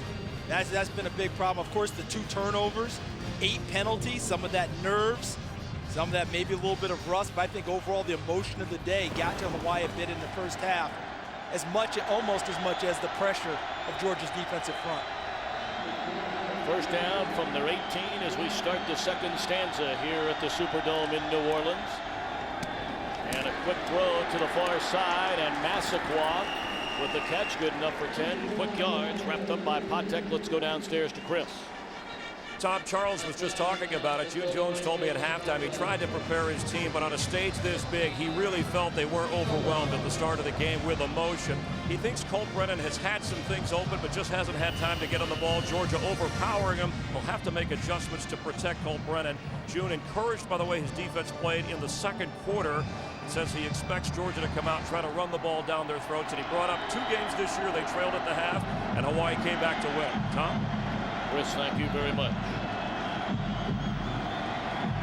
Thomas Brown takes a pitch from Stafford, tries to break it to the outside, and maybe picked up a yard. Run out of bounds by Ryan Luton. It's been a good night for the senior Thomas Brown. Last year, halfway through the season, tore his ACL, came all the way back from that, then injured his collarbone after starting 4 of the first 5 against Tennessee, and has seen very little playing time until the final 3 games, and a good night for him tonight. 71 yards worth for the guy who just completed 21 hours of classes this last semester to pick up his degree. Both mom and dad have doctorate degrees, so he's got a couple more degrees to go to equal mom and dad, but that's a great job in the classroom by Thomas Brown. Right through the wickets of Chris Durham. Well thrown ball. Well thrown. Chris Durham, who Coach Mark Richt told us in our meeting was the most improved player between the end of the season and during bowl preparation. And we expected to see a bunch of him tonight, and we have. But that's one he let get away, bring up a difficult 3rd and long that Hawaii desperately needs to shut down Georgia. 3rd down and 10. They bring pressure at him this time.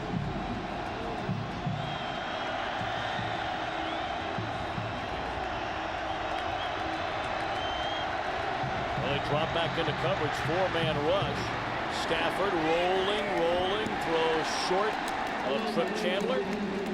So, to begin the second half, a stop defensively for the Warriors. Well done by Hawaii.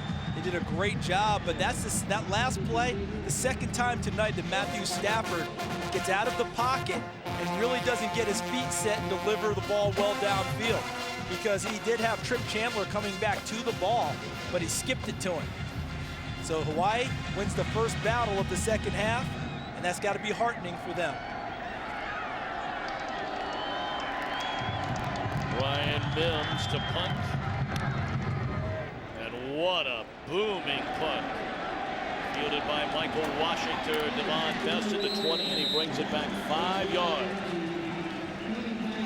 A 52-yard punt by Brian Mims. So the Warriors and Colt Brennan get their first shot to begin the second half. The Allstate Sugar Bowl. Our Taco Bell impact players of the game thus far. Matthew Stafford, 9 of 16 with a touchdown pass. Marino's only carried 5 times, but 2 of those carries resulting in touchdowns. So here come the Warriors, trailing 24-3, just underway. 1 minute and 2 seconds into the third quarter. A long, long way to go. Don't count them out quite yet.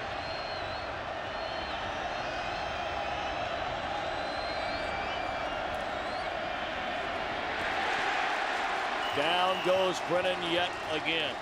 The 6th time Georgia has sacked Colt Brennan, and he had been sacked less than 30 times this season in over 600. Tonight are the tackles for Hawaii. That's Keith Asun, number 62. And when I talked with a number of coaches who have played against Hawaii, they all said the same thing.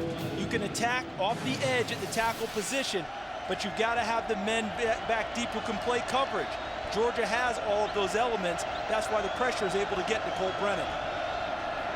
Brennan lets it fly to Bryce Mullen. He spins away from one tackle and is chopped down. Again, let's send it downstairs to Chris Meyer. Tom, every team has a water boy, but Georgia has a water wife.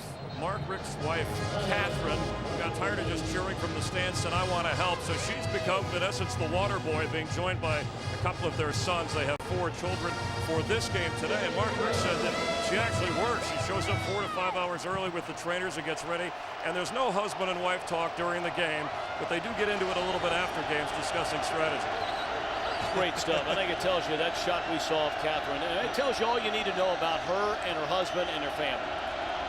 She's down there pouring water for the players in the biggest game they played this year. Brennan, was it intercepted or was it trapped? They're saying interception. Second of the night thrown by Colt Brennan. Asher Allen, the defensive back. And notice where the ball is. Coming into this game, Colt Brennan is nearly a 71% completion percentage quarterback. That's one of the more inaccurate throws you'll ever see Colt Brennan make. The only person who has a chance at this football is Asher Allen. That's very unusual coming from the Hawaii offense and Colt Brennan. The pressure is there consistently in his face, makes the coverage that much tougher. And again, a huge, huge stand now for Hawaii's defense, because you know Georgia wants to run the football and run clock. Moreno back into the game. Slowed down and still finds a hole, a small crease, and that's all Noshawn needs to carry to the 33-yard line. Still doesn't take him long to get off the ground, does it, Tom? Doesn't matter how many people knock him down. He ended up forcing Myron Newberry to miss on that play. He gained extra yardage. But if I'm Mike Bobo, the offense coordinator at Georgia, I know controlling the clock is a big deal, but right now you've got Hawaii so loaded up selling out against the run that I think the pass game is there for Georgia if they choose to take it.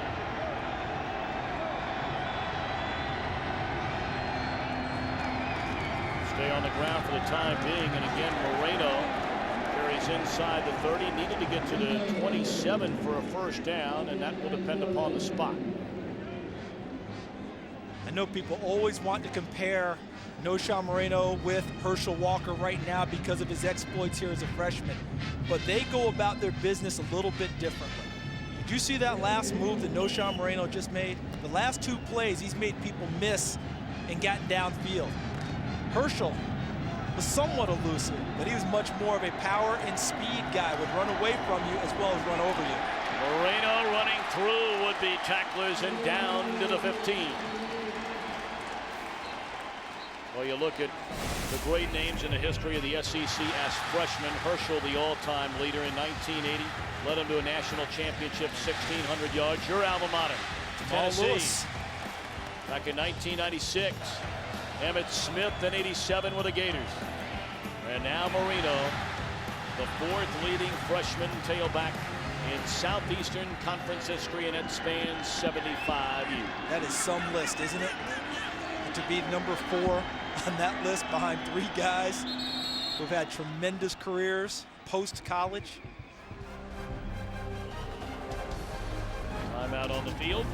24-3 Georgia knocking on the door again. This is Major Victory, Uncle Bob. Go Dogs! Sick 'em! Hoo, hoo, hoo, hoo!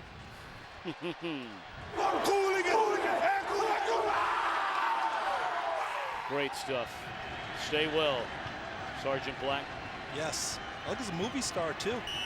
Midnight in the Garden of Good and Evil had a little role. Exactly right.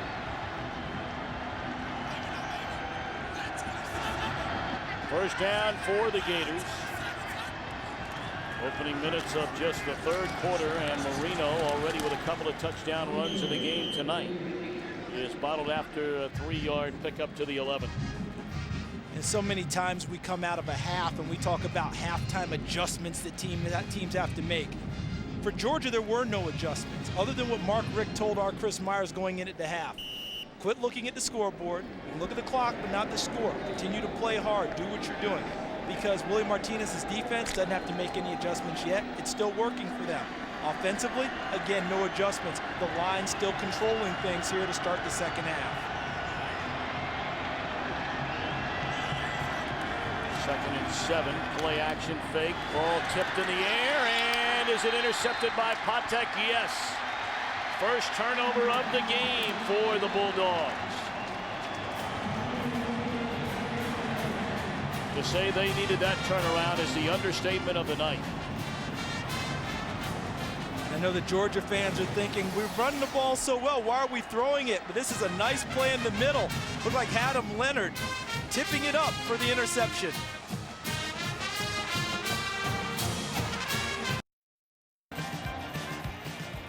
Join the live All-State Sugar Bowl play polling competition right now. Predict plays before the snap for your chance to win. Text BCS to 386 from your AT&T wireless phone, exclusively from AT&T, or you can play now at AT&TBlueRoom.com. After the tip ball and the interception, Hawaii starts its second drive of the second half inside its own 5-yard line.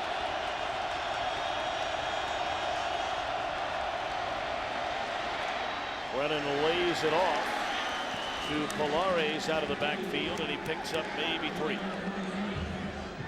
Georgia is so quick on the defensive with their defensive ends that they actually initially took away the pass pattern that was completed. Jarius Wynn, number 99, off the edge, rushing the passer, actually took a step inside to take away the initial look by Brennan. He had to come outside to get the ball to Pilares. Well, Georgia has littered the NFL with defensive players over the last 5 seasons under Mark Richt.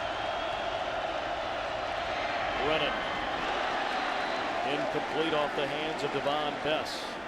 This defense has 6 first-time starters this season, allowed 21 points per game. A defense a year ago sent 7 players to the NFL, and over the last 6 years, 29 Bulldog defensive players have moved on to the next level. That is staggering. You know, one of their favorite expressions in Athens is tradition never graduates. So when everyone was worried about their defense this year, as we see Trenton Sturdivant, the starting offensive tackle, walking off, everyone was wondering how they would play this year. Well, the Georgia Bulldogs defense answered that question, and Hawaii still 0 for the night on 3rd down. Brennan throws to Hawthorne, and he is wrapped up, no yards after the catch. But did he get enough for a first down? It is very close. It is a first down.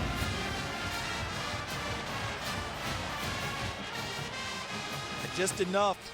Yards after catch. The last time this graphic was posted, it was 19 yards after a catch. Now they got one more, and they barely got enough after the catch there to Hawthorne for that to go, for that to work. Missed tackles for Hawaii, 14. Georgia 1. That is a phenomenal job of tackling by Georgia against one of the better offenses in America. They're coming after Brennan, and the ball is tipped again at the line of scrimmage. I mean, the pocket, whatever pocket there has been, has just completely collapsed. Almost as soon as Brennan is catching the ball out of the shotgun. And with Hawaii, watch, there's not much retreat from the offensive line. They try and catch you on the line of scrimmage because they know that the ball's going to be they know that Brennan will get rid of the ball quickly. But Georgia's rush is getting there so fast that it's actually eating up that time that Colt Brennan normally has. That's fast because Colt Brennan has one of the better releases in the country. The ball's out of his hands, and Georgia's still getting pressure in his face. Low snap, nice play by Brennan. Plenty of time this time. And after going through the hands of Brian Evans, it hit Jason Rivers right in the face. Brian Evans did just enough to distract Jason Rivers. You know, I mean, ball should have been picked off. But there's Willie Martinez, the defensive coordinator. Played college football for someone we know pretty well, a man by the name of Jimmy Johnson, the University of Miami. And right now, Willie Martinez is coaching the game of his life this evening. His plan being executed nearly to perfection by his Georgia Bulldogs. Third down and 10 for Hawaii.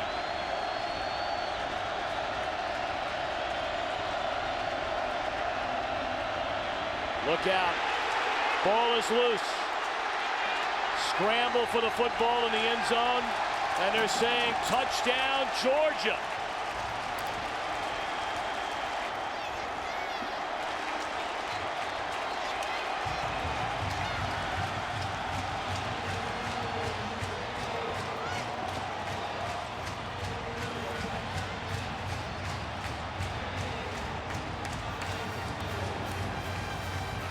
Brennan shaken up.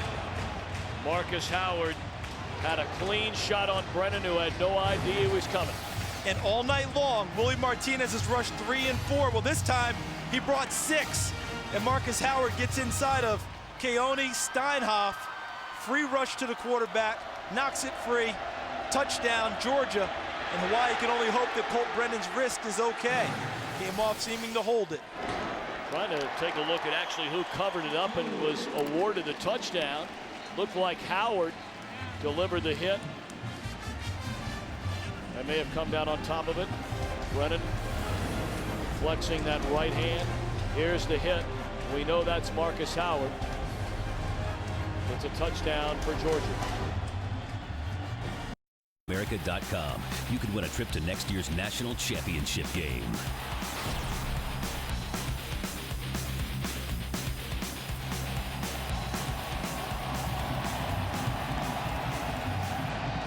Pressure, pressure, pressure all night. Howard with the sack and the touchdown. Been off the edge all night, but look here. Look at Howard, number 38. He sets up. Steinhoff fakes outside, comes inside, knocks the ball free, and he gets credit for the recovery and touchdown in the end zone.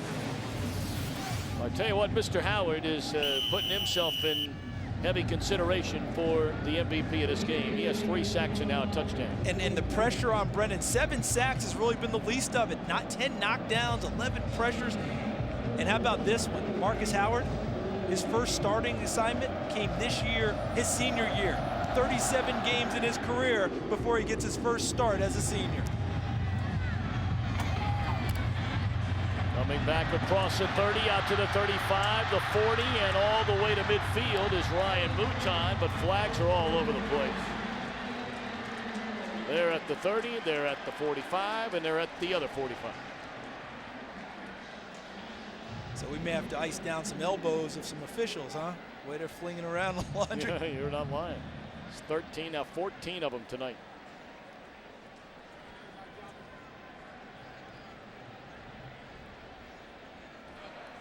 Holding, number 59 on the return team. 10-yard penalty from the spot of the foul. First down.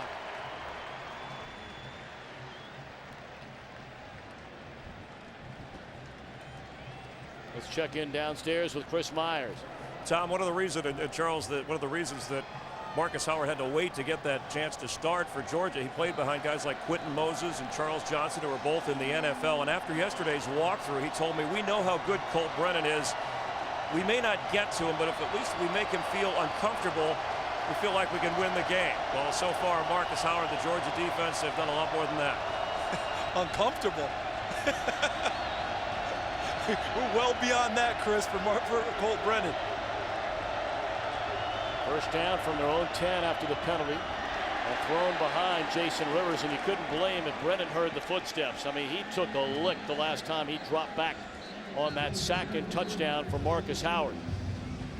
One of the antidotes for all the pressure that Georgia is giving them, draws, screens, stuff that you can try and get them past them. You haven't seen a whole lot of that. The pressure's there so quickly. Another antidote is throwing the ball downfield to back off the pressure, back off the defensive backs. But they've had no time to deliver the ball downfield on longer routes.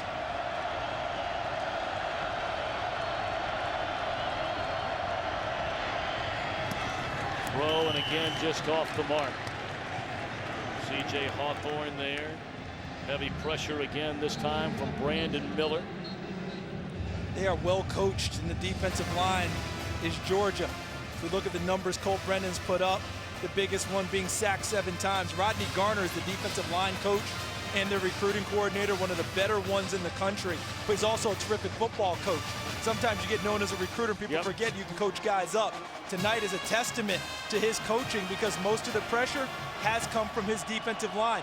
Even if they don't get the sack, they get their hands up in the passing lane as they did on the last play. Play clock expired. Did they get off a timeout? You saw Brennan signal for it. And they are awarded the timeout before the play clock expired. First one used in the second half by the Hawaii Warriors. 8:40 to go in the third, all Georgia. Sit on 17 of 27 for just 131 yards without a touchdown and 2 interceptions.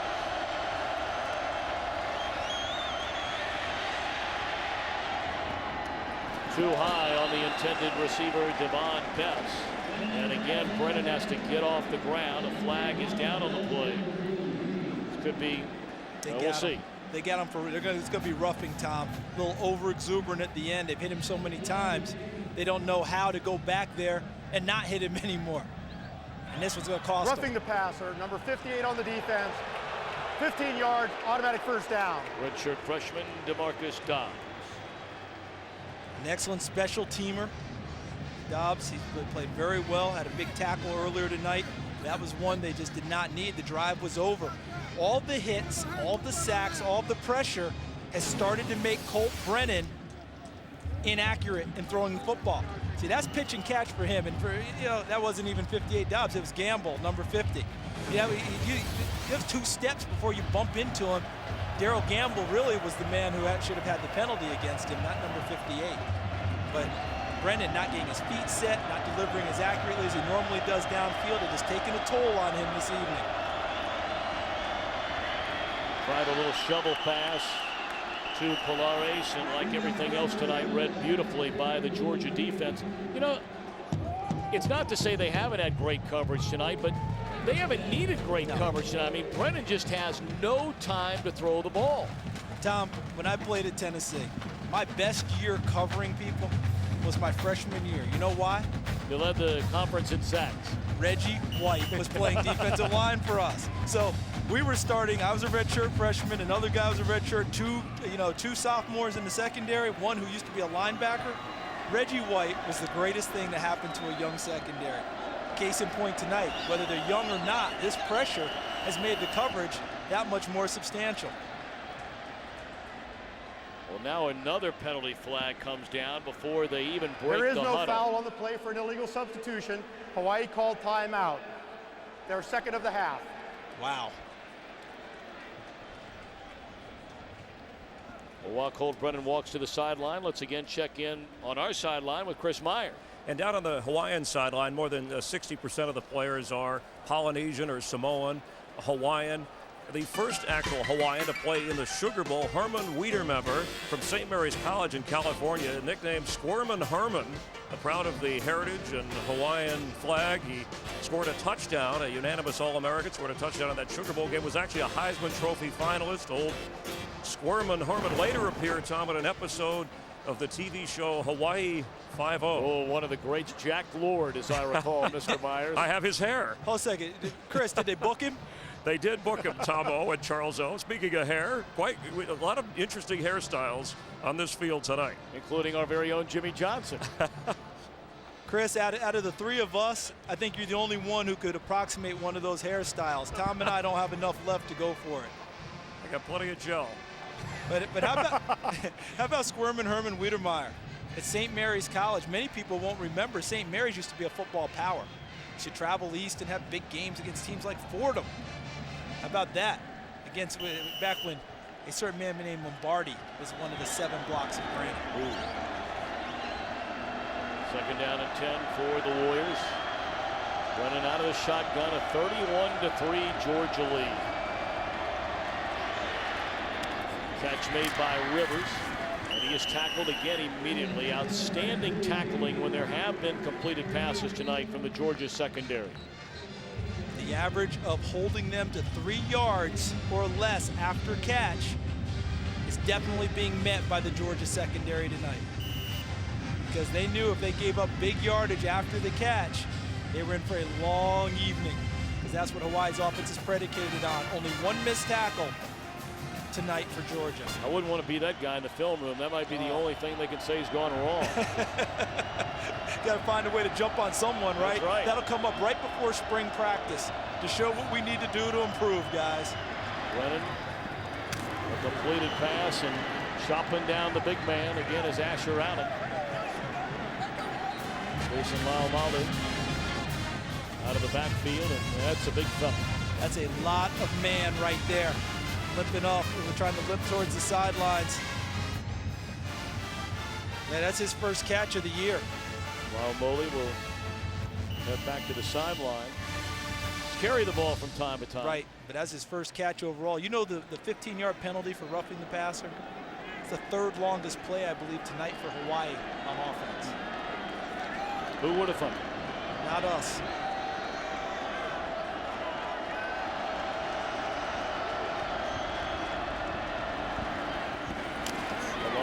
And he is wrapped up and thrown to the ground by Darrell Gamble. He's a man getting playing time tonight after the injury to Marcus Washington in the opening minutes of the game. One good thing about having a young defense to start the year, going into spring practice, is that you get a lot of guys, a lot of reps. And William Martinez, the defense coordinator, told us sometimes just bite the bullet and throw guys out there to get them on the field so that if something goes wrong later and a guy's hurt and you have to play a guy, it's not his first time out there. And that's paid dividends tonight with guys like Gamble coming into this type of a situation. Only 130 yards of total offense for the Warriors. Catch made by Rivers, and he will be a little less than a yard, it appears, away from a first down. Donnell Ellerby on the tackle, a full yard shy. Monday night, the big one. Matt Flynn and LSU, ranked number 2 against number 1 Ohio State, led by their All-American running back Chris Beanie Wells. The All-State BCS National Championship game, Monday at 7:30 Eastern, 4:30 Pacific, in high definition only on Fox. We are ready for that. My kind of matchup right there. Can Ohio State run the football against the vaunted defensive LSU? Can LSU move it against Ohio State's top-ranked defense? Malares picks up the first down and then some down to the 45-yard line. I think you and I have been both very surprised at, I don't know if venom is the right word choice, but there certainly has been some quarters something like that directed towards that Ohio State program this season. I mean, it's not some Johnny-come-lately program. No denying they had a terrible game in the championship game last year. It's a bad game. They've won 7 national titles, and along with USC, have the best record in college football the last 7 years. And what I'm with you. I don't understand just how hard people have come at Ohio State in the Big Ten because of that. 3 times now they're going to play for the national crown in the last 6 years. don't think that's a fluke.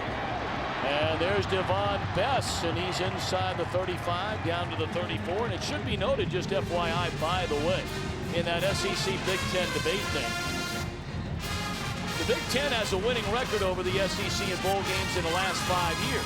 Just FYI, maybe not the biggest one like we saw last year, but they have a winning record. Last 26 times going into this bowl season, I believe it was 13-13. Last 8 games, it was 5-3 Big Ten. The problem was it was the biggest game on the national stage, and it was a wipeout. And that's what lingers in the minds of most people. Ohio State has an opportunity to change that perception. Or LSU can reinforce it. Exactly. Either way you look at it.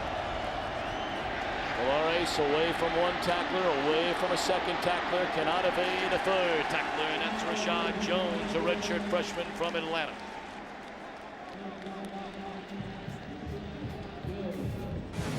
This overall speed for Georgia. Watch how they continue to run things down. It's a missed tackle by Wynn and another one, but they still spill it and have enough people to come up and make it a lost play. Rashad Jones getting credit for the final tackle. But Polari showing some moves, and you know what he credits his moves to? Playing freeze tag as a youngster. Instead, Georgia froze him with a loss. Brennan looking down the field, an open receiver, perfect pass. No, they're saying he's out of bounds.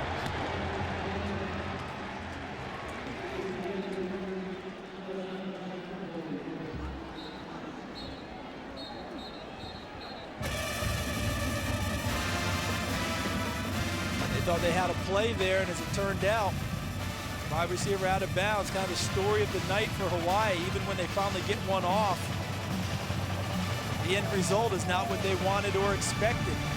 And Georgia continues to rotate defensive linemen in and out of the game to keep fresh legs coming at Colt Brennan. So Siave Seti fired up over on that far sideline, thinking they had made a connection. Here they come.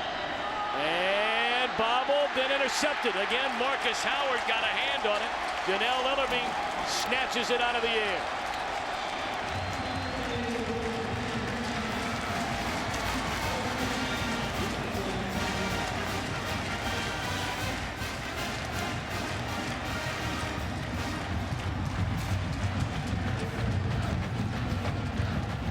Marcus Howard having a night to remember. Number 38, hands in the passing lane, bobbles it, tips it, and Donnell Ellerby, the middle linebacker, on the pursuit.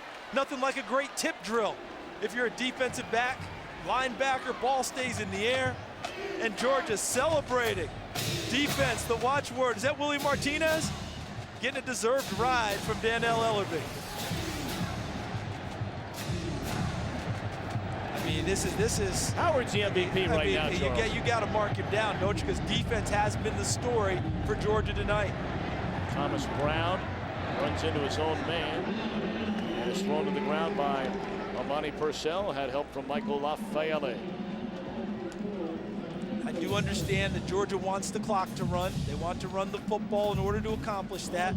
But Mike Bobo has done a nice job tonight of throwing on the early downs. I think he may want to consider that again to try and release a little bit of pressure that Hawaii is going to bring in the front. Because right now it's going to be difficult to run against so many men in the box. It's Mike Bobo all the way to the left in the baseball cap. Well, after this game tonight, Mike Bobo goes back to the real world. 5 kids. We'll talk more about that in a minute. Under heavy pressure and a throw caught by Massaquoi to the 37-yard line. Take a look at the Joper scope presented by Fox.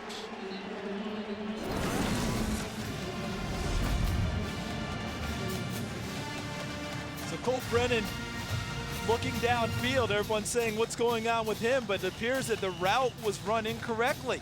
So we watched the receiver running inside. That's Ryan Grice Mullen. And the ball's thrown to the outside. That's one I said was inaccurate. Wide receiver inside, Colt throwing into another spot.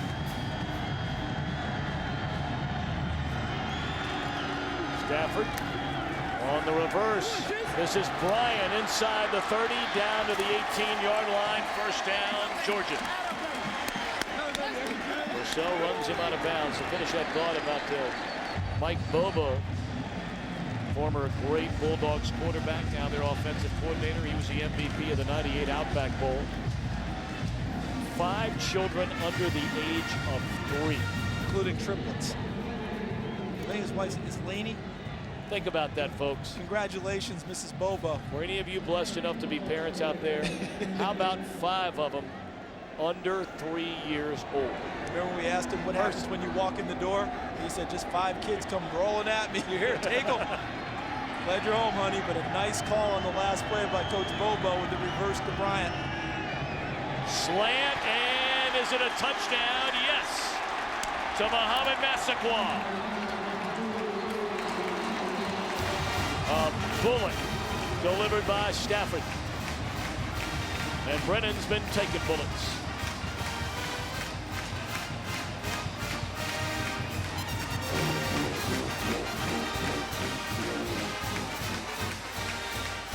That was a big league throw, Tom. Fran Tarkenton talked about Stafford in the pregame show when he talked about him having as much ability as any quarterback in the country. He said he had the best arm of any quarterback in the country. You could see why he made that evaluation with that throw. Like they're going to review this play. Probably looking at, I'm thinking they're looking at the spot Massaquoi came down to determine where's a touchdown or not. I believe the throw will be fine. Look at that laser shot. Look at this. Bam! Now, whether Massaquoi was in the end zone or not, I think is the question.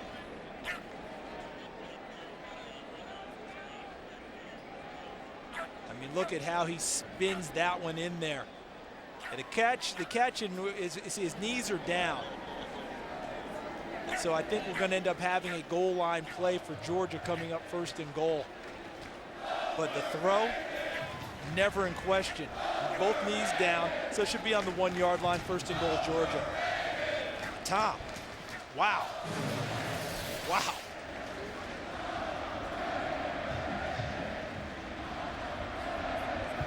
Well, the Georgia fans chanting overrated. I mean, at this point, what's the point? It's not necessary, is it? No, I think you've gotten all you need out of this one so far tonight. I mean, that's become kind of the in vogue chant that just, listen, does anyone understand what Hawaii did this year? One of the things people, I think, are missing, they can talk about their weak schedule. They only play 2 teams with winning records. Rated number 137 in the country in terms of, I get all that. First, the receiver caught the ball, was down at the 1 yard line prior to breaking the goal line, playing first and goal. But Hawaii played all year long under the idea that one loss ended the dream. See, we're going to a national championship game with a combined 3 losses with teams because from those conferences, a loss doesn't end your dream.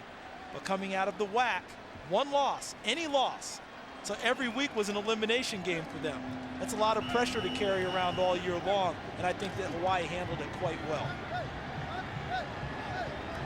I don't think there's any doubt about this call. Do you think, Tom? Tailback carrying the ball behind the big line and the lead blocker. Be honest with you, I'm a little surprised at this point that Mark Richt has not gotten Craig Lumpkin Illegal in the game. substitution on the defense. 12 men on the field, not breaking the huddle and completing their substitution. Half the distance to the goal, remains first down. Well, he had him in for a kickoff return. He also got A.J. Bryant in, another senior who's been hurt, only played 6 games, and he carried on the reverse. I think he wants to get Brown a touchdown. I think it would be nice for him to get one. Unlike Walter Payton not getting one in a Super Bowl, you know? Oh, yeah. Let's take care of Thomas Brown, who's been a good one. Or even Brandon Sutherland. Well, Sutherland's got another year. It's amazing for Brandon Sutherland. Last year, he led this team in scoring. First fullback since Darren Sapp at the University of Georgia. This year's role was reduced with the emergence of Moreno, Brown being around, Lumpkin, of course, before he was dinged up. A lot of guys that qualify for the, hey, coach, can you take care of me category. Well, when you think that Lumpkin was the leading carrier in yards for the Bulldogs last year, was number 1 on the depth charts, and they get Thomas Brown the ball, and Thomas Brown dives into the end zone. So the senior who just earned his degree, you talked about the 21 credit hours this last semester to earn his degree. celebrates by leaping into the end zone, a touchdown. His mom and dad have been married for 35 years, and they are going to celebrate with their son after this one tonight. Just think, they met at another SEC school. They met at Ole Miss. Both have their doctorate degrees. Dad is a bishop of a church in Mississippi. Actually has about a 2 or 3 state region. Yep, of the Methodist Episcopal Church. And he's got a sister who I believe has her doctorate. So for him, that's what's expected in terms of academics and in the classroom. Congratulations, Thomas Brown.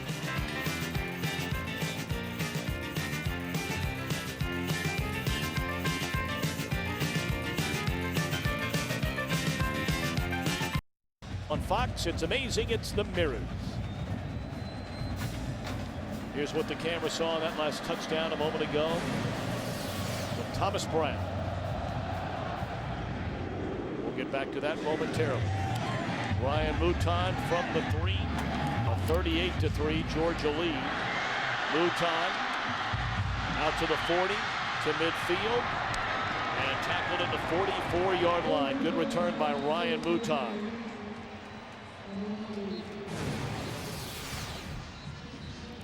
You got 2 fullbacks in. Chappis 49, Sutherland 36. Big push up front. Look like Vince Vance, number 72, who's come into the ball game for Trenton Sturdivant. Plenty of guys wedging just enough of a crack for Thomas Brown to vault through for the touchdown.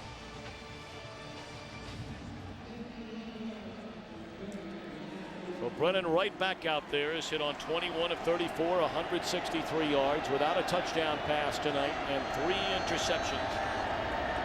He has been sacked 7 times and hit 3 times that many. Shovel pass batted down, incomplete. And the reason that's not a fumble is because he can throw it. He can throw it on the end. As long as that's thrown behind the line of scrimmage like that, as the guy comes down the line underneath, goes down as an incomplete forward pass.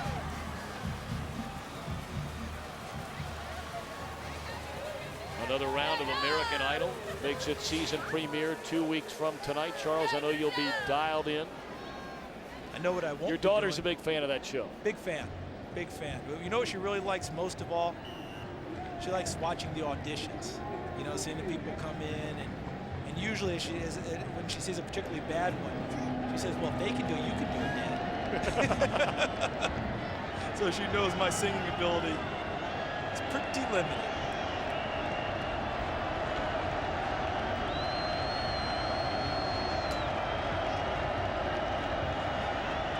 Handed off to Polarius, and he is wrestled down again by Donnell Ellerby. 3rd and long for the Warriors. Well, the Superdome, a lot of enthusiasm before the game tonight. Still a lot of enthusiasm on the Georgia side, but this place will be turned inside out come Monday night. Of course, the LSU Bengal Tigers, a short trip down the road from Baton Rouge, and I'm not sure anybody in the country travels as well as Ohio State. If they do, it's only going to be a tie because no one travels better than Ohio State. Brennan, a quick slant to Rivers, and that's to the 38-yard line. C.J. Bird on the coverage and limping off is Rivers, who had one of the most memorable games in bowl history last year. In fact, set an NCAA record with 308 receiving yards against Arizona State. And he's not going to get credit for that catch. They ruled it incomplete, said the ball hit the ground as he limps off the field.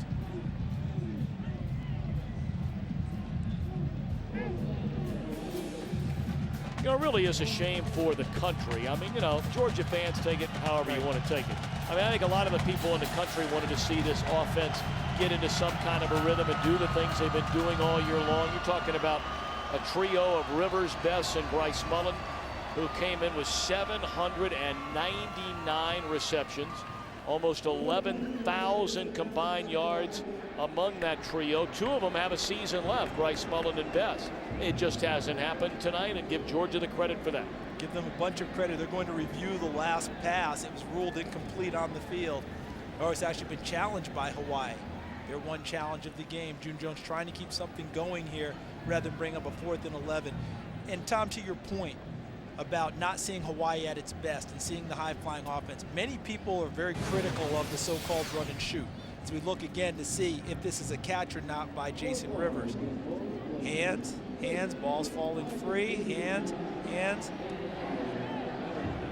I would think that they're going to rule he didn't have possession as the ball hit the ground with the hands on the side of it. If he'd been underneath, he would have been fine. But anyway, so many people have been critical of the run and shoot. Oh, that's a gimmick offense. Oh, you don't get anything done.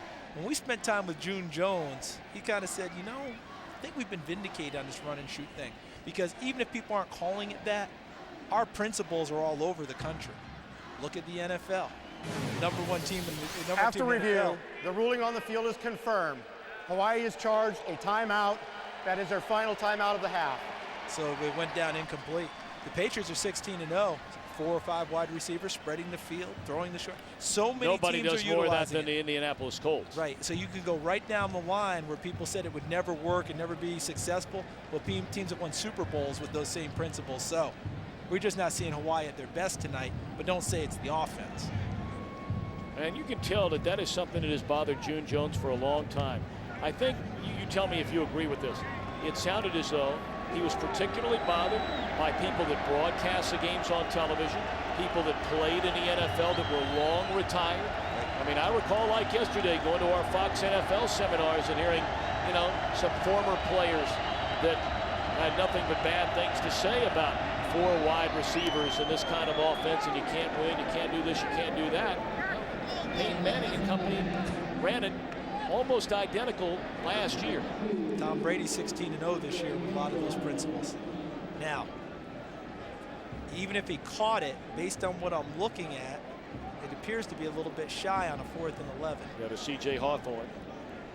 And C.J. Hawthorne, a terrific story. And it looks like oh, they got it. So get me to an eye doctor, okay? Because I missed that one. Well, Hawthorne's from Biloxi, Mississippi, not too far from here. Had a very tough go. Mom left the family when he was young. Dad passed away when he was in high school. A lot of turmoil. He's made his way out to Hawaii. Graduated in December. The first in his family to graduate from college. What a tremendous accomplishment. Yep. And June Jones said, we let him play defensive back for a while. What was I thinking? I never should have let him go over. That's how much he thinks of that young man as a receiver.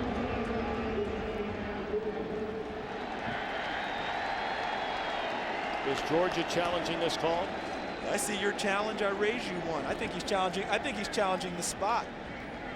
I really think that he's challenging the spot because I thought that where he had caught it was behind the first down marker, but that remains to be seen. Copy. Mark Richt out there having a few words with Colt Brennan and C.J. Hawthorne. Here's the catch.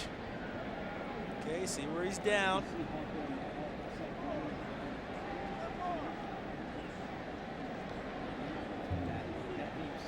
There's the catch. It's easily a first down. Easily. That's not the same play. That's a play we saw a moment ago. That's the play we saw with Rivers where the ball was incomplete, where they determined it was incomplete on the replay.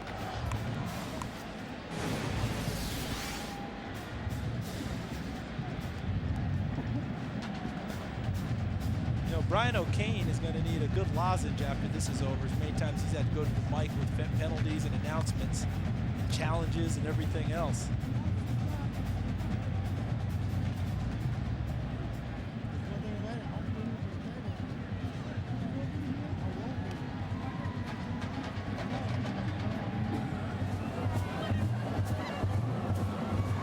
Georgia side still having a good time.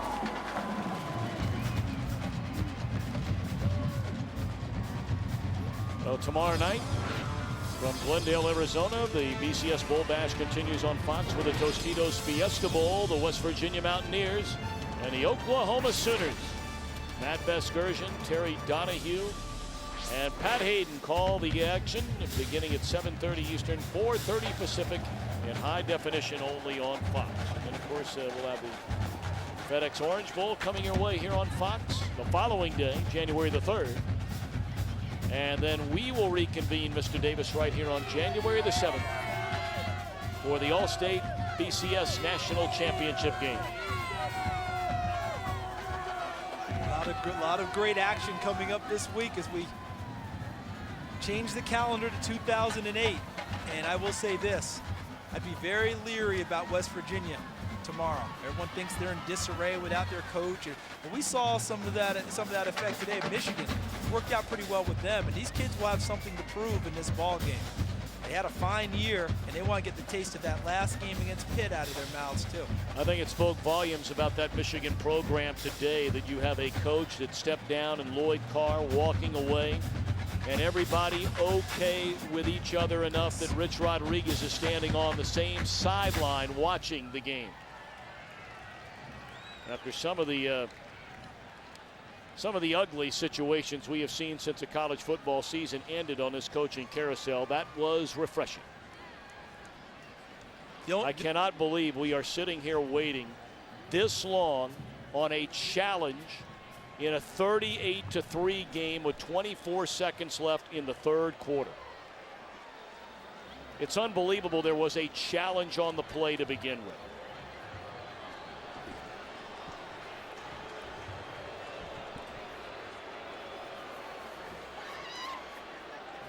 They have to be, the challenge has to be on the spot, and they're trying to figure out with the camera angles and everything, did it hit that yard line, did it not? Let's go downstairs to Chris Myers. Tom, Charles, while we have a minute, we talked to Jerry Glanville, former NFL head coach. He's at Portland State. He was the defensive coordinator here for a couple of years just a year ago, and one of the reasons, although he was rooting for Hawaii, he did not think that they would be able to win this game are the two things that we've seen play out tonight. And of course, practicing against Colt Brennan and this terrific offense. He said he thought Georgia would tackle well once the receivers caught the ball, and he thought there would be a mismatch, only because not so much the system that June Jones has put together, but the competition, the Western Athletic Conference, the kind of schedule they play, hasn't really prepared them for what they would see against this Georgia defense today. But he said what June Jones has done for Hawaii football could probably never be matched. Yeah, he later added that he felt that June Jones was the best college football coach there was out there. When you think about all the things. The story ran the other day, and we had heard it from June Jones long before it ran. Their annual budget for recruiting is $50,000 a year. Now think about this a second, folks. $50,000 a year. He has not gone on a recruiting trip to the mainland of the United States in 3 years.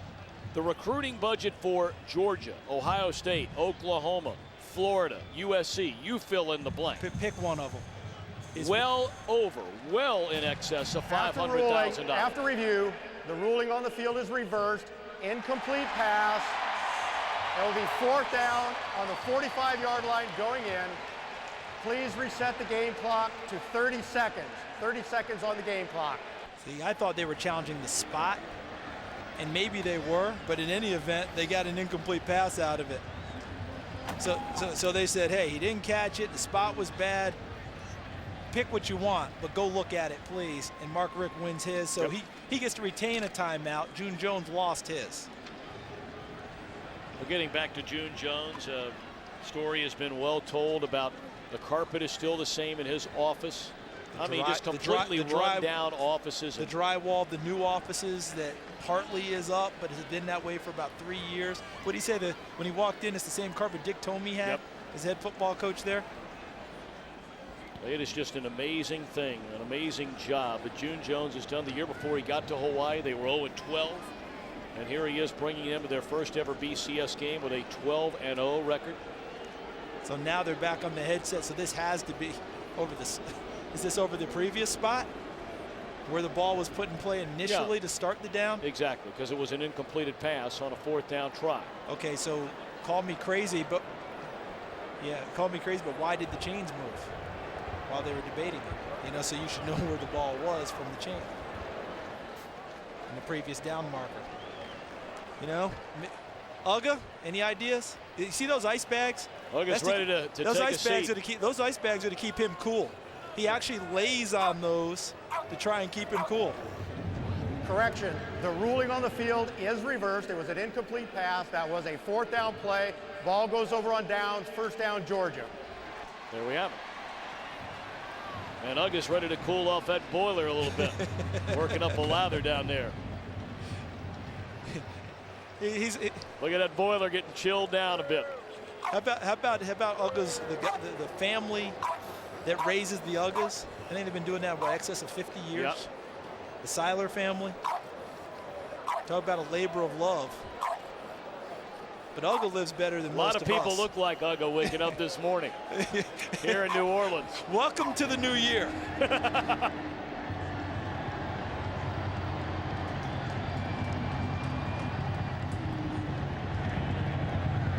Pass is completed to Michael Moore, and he is run out of bounds at the 38-yard line.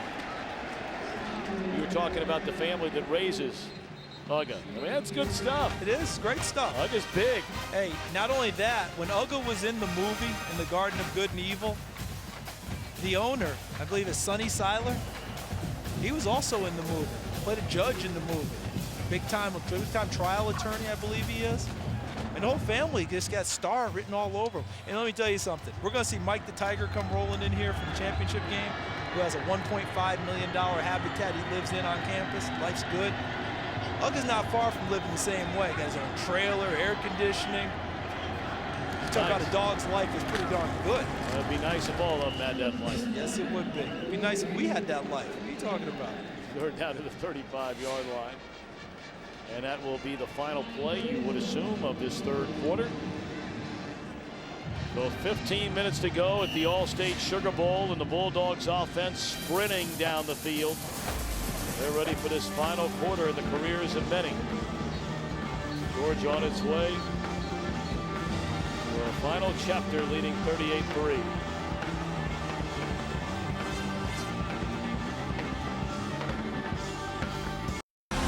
You're watching the BCS on Fox. Full bash here on Fox. Our game summary presented by Dodge. No Sean Marino in the opening quarter, a pair of touchdown runs. Solid night for Stafford. Yes. The big story, the Georgia defense. 7 sacks. Howard has 4 of them, including the sack and the fumble recovery for a touchdown. You still going right now through 3 quarters of Mr. Howard as your MVP tonight? Oh, no question. Yeah. I mean, he's been a force that they've had no answer for all evening. And you and I do not vote. We have no vote. But if we can influence someone. Massaquoi close to a first down. He has a first down. As the fourth quarter is underway. The Fox Sports crew, that would be the pregame show crew, travels to the BCS Bowl games, powered by NetJets with their marquee jet card. Hold a second. Do you have one of those? No, I don't. Do you have a NetJets card? No, that would belong to Chris, Rose, Jimmy Johnson, and a handful others. And theirs is platinum. It's a big-time card. But you and I are down here for the duration. That's anyway. Right. They've got to get all the way to Phoenix tomorrow Phoenix. night. They're flying back after the game tonight. Miami. And after the game tomorrow night, they fly cross country all the way to Miami. So good for them. Shoved out of bounds at the 22-yard line as they continue to throw. So, I mean, you take a look at the Jet, you look at where they're going. This is some serious flying. They came from L.A. yesterday. Got in about, 11:30 last night. Now will fly tonight to Phoenix. Fly after the game tomorrow night all the way to the FedEx Orange Bowl. And then right back here.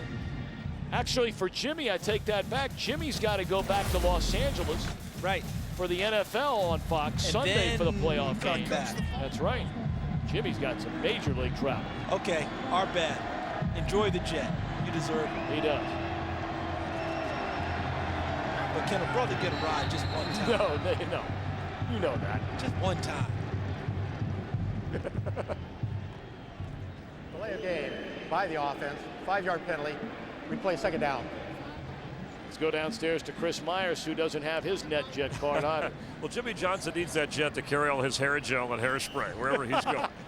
We kid because we care. Matthew Stafford, he wears number 7 because you talked about his arm strength. John Elway, one of his heroes, but he grew up in Highland Park in Dallas where Troy Aikman, our own Troy Aikman, the former Cowboy, just built a big house. And so he really grew up an Aikman fan. And he said that once he met Mark Richt, that recruiting was over. It's a guy he wanted to play for, and he described his personality as calm and relaxed, much like his coach. Stafford had a Snapchat juggled snap out of the air, turns a corner, and then runs out of bounds at the 27-yard line. Coach won't stay very calm and relaxed if he sees snaps like that continue. No. But we talk about Highland Park, Chris, bringing that up. From Texas, his journey to Georgia, meeting Mark Richt was part of it, but there was another, there was other things that brought him there, a lot of different connections, and now they're seeing what they call the Stafford effect back in Highland Park.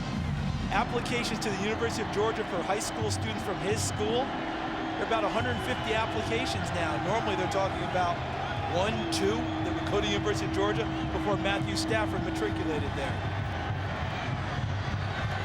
And to the corner of the end zone, a jump ball, Evans. Or Newberry, I beg your pardon, along with Massaquoi, and it's incomplete. A fourth down, and on comes Coutu. Coming right at you. Putting some air under it. Nice positioning by Myron Newberry, getting in front of Massaquoi to knock the ball away. Nice defensive play. 45-yard attempt for Coutu. He's already hit from 52 tonight, which, by the way, is a BCS bowl game record, and this one just drilled. Man, what a leg that kid has. He could have made 2 from 65 tonight, maybe longer than that. Big lead night for Coutu. It's the theme in Hawaii. I always joke that it seems like sometimes in Hawaii, the game is who can be nicer, who can be more giving and more, open and more enjoyable to be around. I mean, they stress having fun in life more than anything else. One thing we learned after spending a couple of days around this Hawaii team, it's a team very much faith-driven, Charles. I think it's safe to say their head coach, June Jones, a man of great faith, especially since that car wreck where he was told by a doctor that medicine and the medical profession had nothing to do with saving his life. The doctor said it was divine intervention. But there's certainly a spirituality about this team that that is very different from many of the teams, all of the teams, quite frankly, that you and I think have been around the last couple of years. And when we talk about spirituality and faith, we're talking about a sense of brotherhood. We're not just talking religious. That's one of the things about this Hawaii team. What do they call it, Ohana? Mm-hmm. Ohana? Ohana family. Ohana, the sense of family. Family doesn't necessarily mean blood.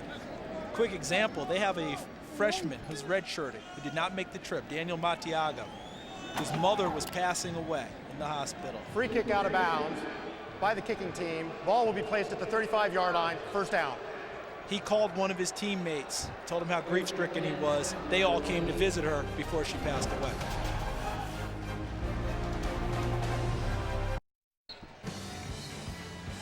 Our All-State good hands play of the game.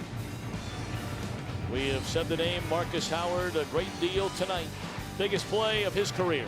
A sack here in the All-State Sugar Bowl. Fell on top of the fumbled ball by Brennan. Touchdown, Marcus Howard. He really could have put him in for 2 good hands plays. Remember the tip ball where he tipped it 3 times before Donnell Ellerby picked it off? He's been an awfully active young man at defensive end this evening. Colt Brennan on the field for the final quarter of his unbelievable 3-year career at Hawaii. Born in Laguna Beach, California, grew up in Santa Ana, where he was once Matt Leinert's backup at Mater Dei High School. Spent 1 year at a prep school in Massachusetts.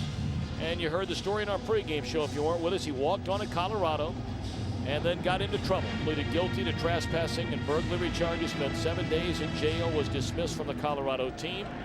Transferred to Saddleback College in California. Played 1 year, and then in castaway-like fashion wound up in Hawaii, where he turned his career and his life around.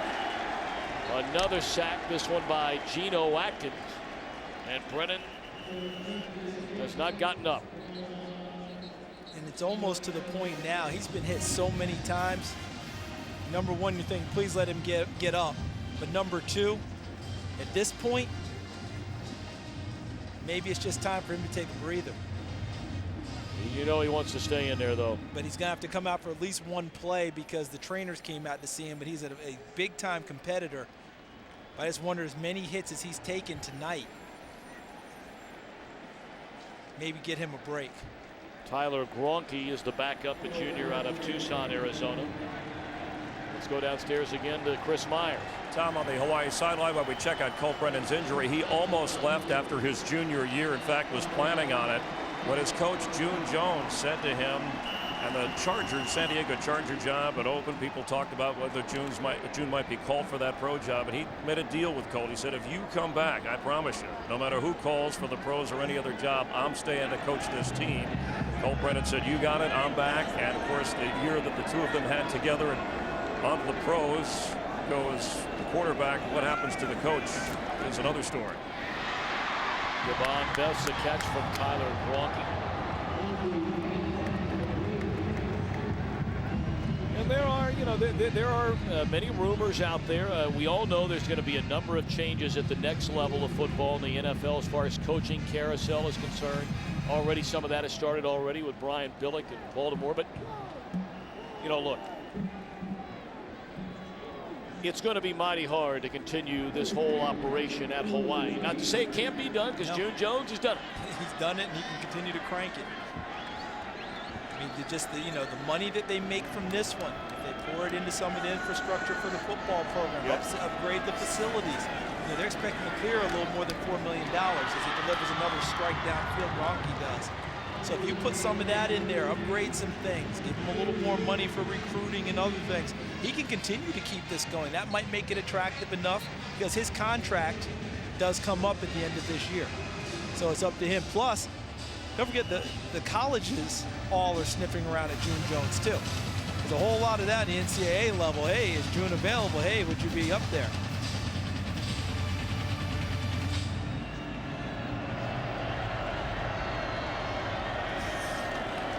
Gronke still in there for Brennan. And a catch made by Devon Bess. Or no, C.J. Hawthorne, I'm sorry. Number 2, a flag is down.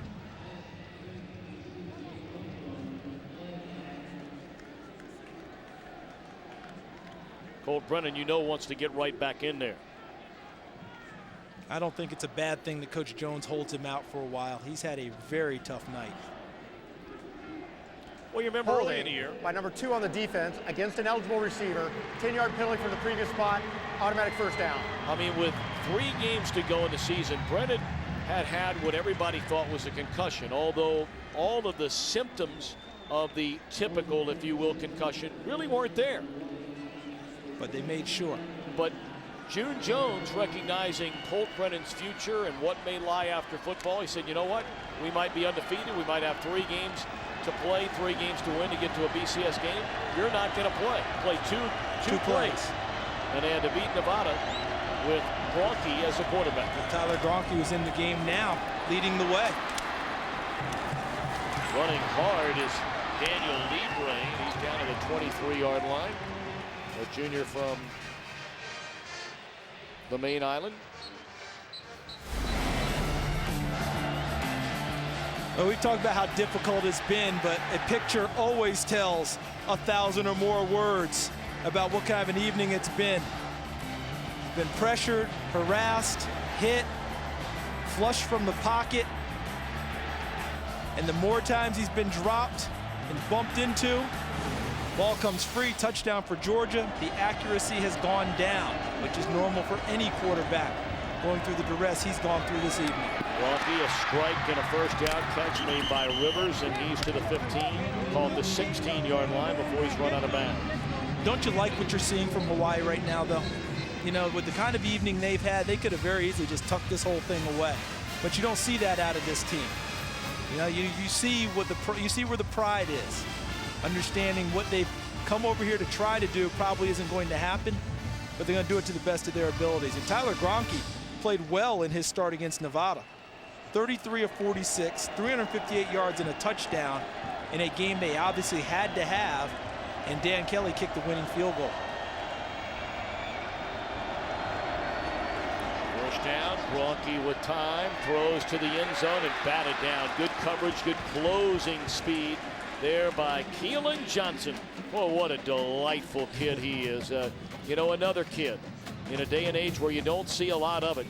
A mother and a father that met during college at Bethune-Cookman. They've been married 29 years. And his mom and dad told him every day of his life, Keelan, there are a lot of things in this life you don't know. One thing you can always know is your mom and dad love you. Yes, they do. And he is a self-described mama's boy. So he's got to talk to mom every day, or he just doesn't feel right. Shovel pass to Libre, and he's to the 15-yard line. For more on Colt Brennan, let's go back downstairs to Chris Myers. Well, they examined his lower back, Tom, but it was interesting. In the last couple of series, Colt Brennan twice tried to run out onto the field. June Jones said, no, stay back. We want to make sure you're okay. He was practically begging to get back in the game. And even at halftime, I asked June Jones how physically Brennan was. He said he was shaken up, hit a little bit, but strong enough to go. But obviously a little bit sore right now, anxious to try and get back into the game. It appears his coach won't let him at this point. Milwaukee steps up, and a touchdown for Ryan Bryce Mullen. 16 yards, and Brennan happy but certainly frustrated. He wanted to be the guy to throw that touchdown.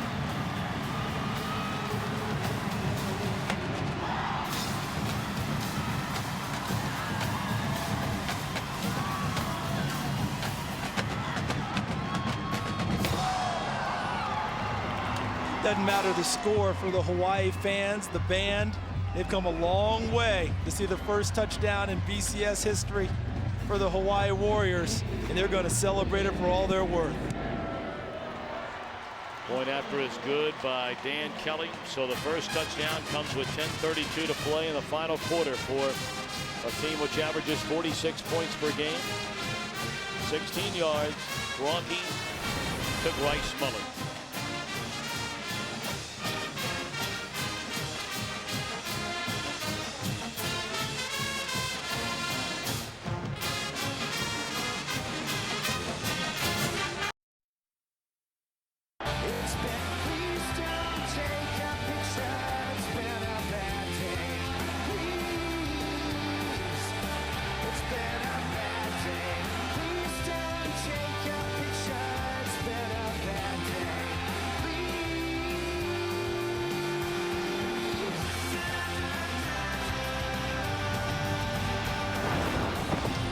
Athens, Georgia band, REM. We've had some good musical groups come out of that area. B-52s. There you go, a little Love Shack. You better believe it. Huh? REM, that was a big time group. I remember being in school and their hits were everywhere. But you know, being in Knoxville, we couldn't play REM because they were from Athens. That's exactly right. You know, in SEC country, they draw the lines everywhere. That's exactly right. Doesn't matter what it's about. Marcus Brown, number 11, back. 41-10, Georgia in front, and Brown across the 25 to the 30, the kicker to beat. Marcus Brown down the sideline, and Kelly got hands on him and catching him all the way from behind. Brian Keomawa.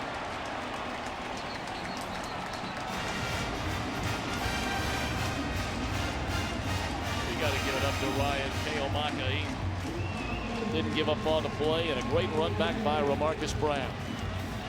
Not even close did they come to giving up on the play.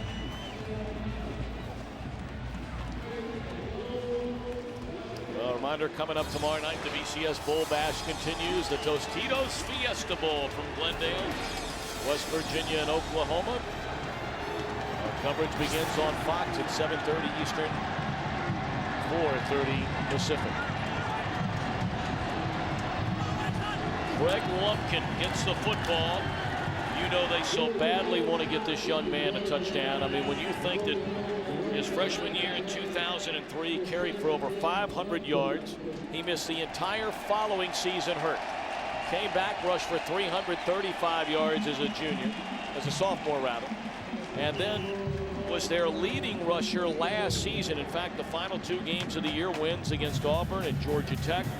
Lumpkin was the man. He was #1 on the depth chart when the season began. He hurt his thumb, came back, hurt his knee, and has only played in a total of 5 games the entire year. And they throw it into the end zone and get it out of the hands of Tony Wilson. Joe Cox, by the way, is now taking over at quarterback.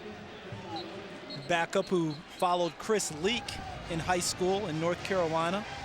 One of the great programs there, Independence High, I believe, in North Carolina, Charlotte. Oh, yeah. But Craig Lumpkin went to Mark Richt during bowl prep and said, listen, I know I've been hurt. I know I haven't been able to run with the first unit and all that. I just want to find a way to contribute in this, my final game. He got his graduate. He graduated last year, came back for this season. Just want to find a way to contribute. And then he tweaked his hamstring in bowl prep. He's working on a master's degree. Yes, he is. Young guy hasn't had much luck with injuries lately, that's for sure. Well, both of these seniors, both Lumpkin and Brown, have been nicked up for the better part of the last year, if not year and a half. In Brown's case, the ACL last season. You're going to make him get back on the field. I think Hawaii was signaling for a timeout, and Hawaii doesn't have any timeouts.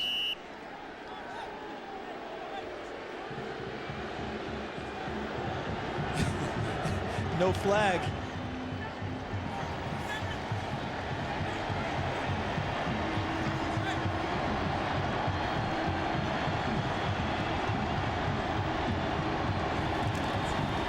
Blitz coming.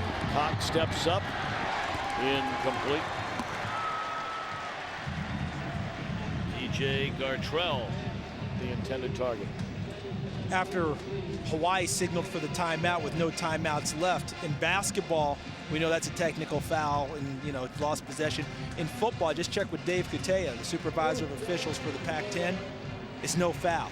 It just gets waved off. You start, you just go ahead and start the down again and play.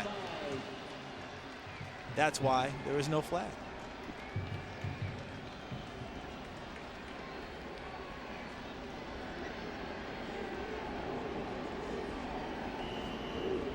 Timeout, Georgia. I think they got confused about what they wanted to do.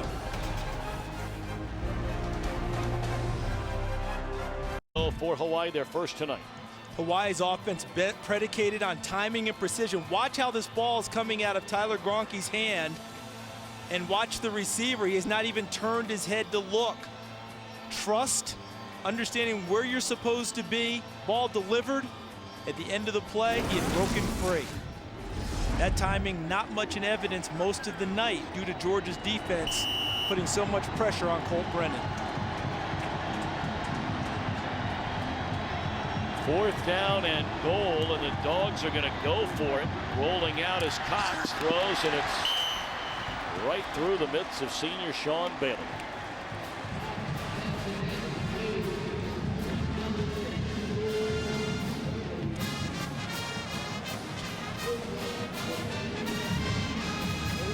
Talked about the Fiesta Bowl coming your way. Tostitos Fiesta Bowl tomorrow night. Last year, Charles, you and I were there. Boise State against Oklahoma, down by 7.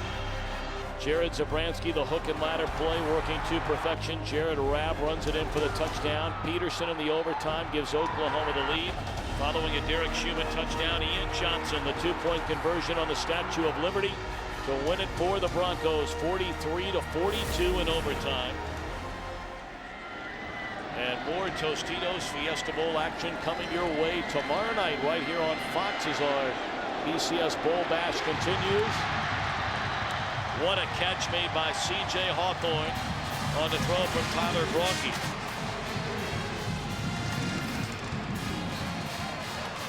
And what a throw by Tyler Gronke, who took a real wallop back in the pocket. That was beautifully done on both ends. Gronke standing and delivering, and Hawthorne laying out to catch the football.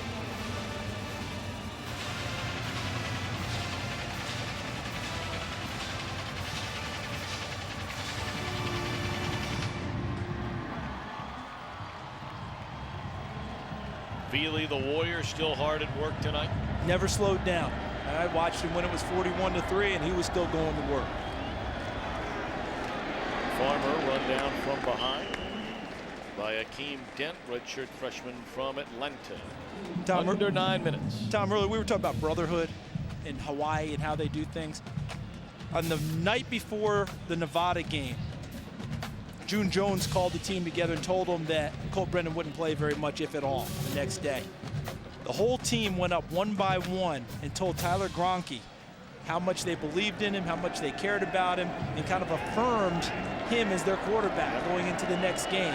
And he delivered a big-time performance and a win for Hawaii. Catch made by Bryce Mullen. There's got to be a flag on that play, and there right? is. I mean, it's there. You know, it's there. I got to tell you, Charles, I mean, we've got 10 minutes left in this game. And, you know, you never tell your kids to stop playing hard. But Georgia's gone for it, throwing on 4th down inside the 5 here a moment ago. And now you're getting some kids who haven't played a lot this season or played a lot tonight, but that makes you scratch your head a little bit. Yeah, a little too much exuberance at the end of the play, Rashad Jones. And after the play, personal foul, number 50 on the defense, 15-yard penalty from the end of the run, 1st down. And what you've got there, whistles were blowing, guys getting in a little bit too much on that one. The going for it on 4th and 5 with the backup quarterback, you see a lot of that in football. You know, I got my backups in, I give them an opportunity to run offense and play. I'm not sure it's in the forefront of Mark Richt's mind, but they have talked about getting set up for next year. Where they talked about finishing on a positive note, going into the polls higher next year because they believe that they should be playing for a national championship the way the season ended this year. But let me ask you seriously. I'm just saying, you know, I'm not buy into that poll stuff next year. I mean, you really believe voters sitting around in August are going to remember what you did in the 4th quarter, leading a team by 31 points. There's an interception. You really believe that those voters, when they sit down, they say, well, this team won their bowl game by 30 and another team won their game by 40. So the team that won by 40, I don't put them higher in the ranks. I don't think it's that technical, but I think they like to see how teams finished up. And if they have a bunch of guys coming back to next year, they go, oh, that's my hot ticket for next year. And that's what Mark Richt's looking at. He remembers Auburn not starting high in the polls, costing them 1 year. So he's trying to position his team as best he can. Again, I don't think it's forefront in his mind, but I don't think it's totally out of it either because he has talked about it.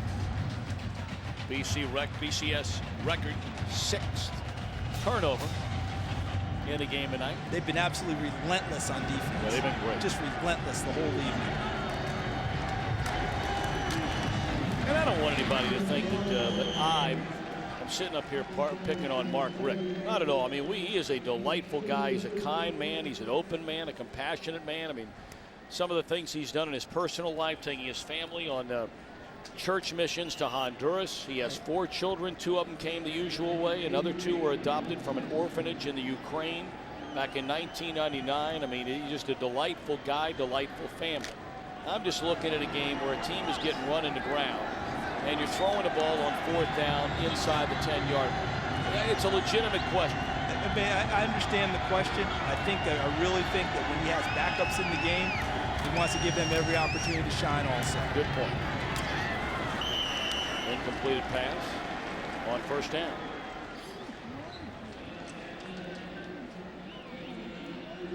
Second down throw there, I beg your pardon, by Cox.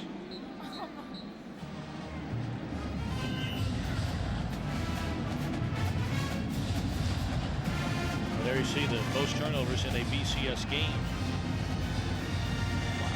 Oklahoma and Miami each with 5.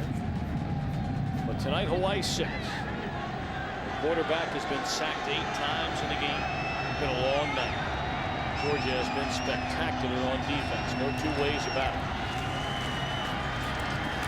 Here's Lumpkin, and he's tackled out of the 34. So Georgia will punt it away.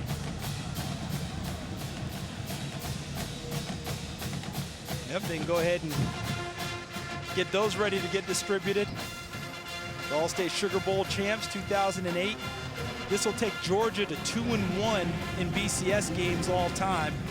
All of them Sugar Bowl appearances. West Virginia game we touched on earlier, the game that was played in Atlanta after Katrina where they lost. And that one. Big win obviously for them here tonight. And they beat Florida State in another Sugar Bowl here.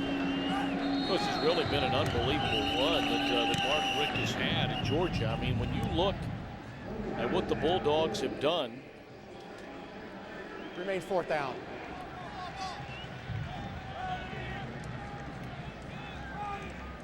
Georgia has the best record in the Southeastern Conference. #1 over the last 6 years, over the last 11 years. The last 6 seasons, 63 wins against only 15 losses. And one of these days, they're going to get a shot for the national championship game. It's going to happen. The way this program is operating, I think they were tied with LSU for that figure coming into this one. It's really a remarkable job that he's done here. And considering the level of competition in the conference, getting people ready to play each and every week against that competition. Michael Washington, 1925. Of course, it was 1980 season. Correct. Capped off in the 81 Sugar Bowl. Georgia against the Fighting Irish of Notre Dame. A first quarter kickoff mishandled by Notre Dame. Bob Kelly recovered it. 2 plays later, Herschel. One of his 2 touchdowns. He finished with 150 rushing yards, was the Sugar Bowl MVP. And Georgia crowned national champions under head coach Vince Dooley, 17-10 winners. You know, I was talking with a friend, as we have a Georgia player down after that play. I was talking with a friend about that game, and he said, and I can't quote the numbers directly, but he said in that game, Notre Dame outrushed Georgia. Notre Dame outpassed Georgia. Herschel ran for 150, but Georgia finished with less yards than that running the ball because of other people having lost, and they end up winning the ball game. Talk about resourceful. Oh, yeah. There's the 2 kickoffs that weren't fielded, and they scored in short fields. Marcus Dobbs getting up slowly.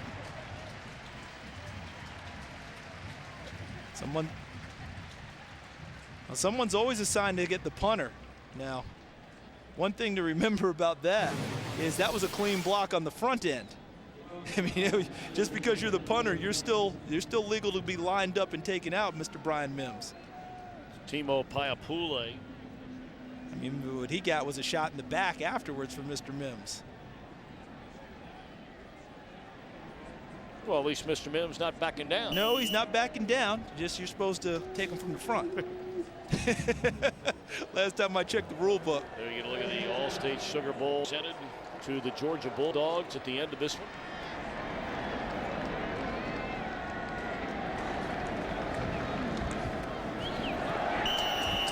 Incomplete pass. Again, the shovel pass. Doesn't matter how it's thrown. Overhand, sidearm, underhand.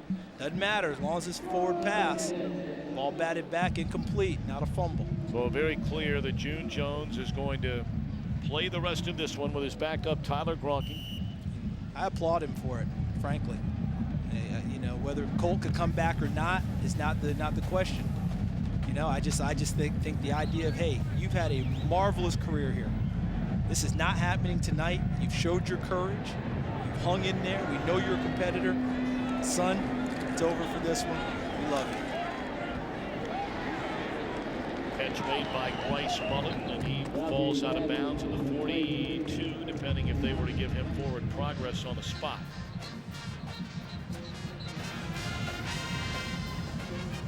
NFL playoffs open this weekend, and the NFL on Fox will come your way at noon Eastern on Sunday, 9 Pacific. The New York Giants travel to Tampa Bay to take on the Buccaneers. Be a good football game there. That's going to be a good one.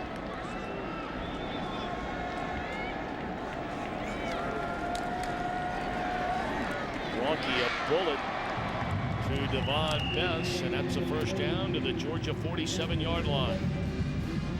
2 things hit me as we watch Hawaii go down the field here. We talked about Georgia, which has been rotating linemen and linebackers every snap the whole ball game to keep them fresh. Hawaii's 4 main receivers hardly ever come off the field. Incredible conditioning to run patterns and come back. We're not used to seeing that out of very many programs. And Tyler Gronke getting some experience in now. You know where he opens his season next year? In the Swamp in Florida. Season opener for Hawaii. Tyler Gronke should be the quarterback. Off the hands Islands at best run a little bit behind. Ronke has hit on 9 of 13 for 104 yards since coming on behind Brennan. And of course has thrown their only touchdown pass of the game.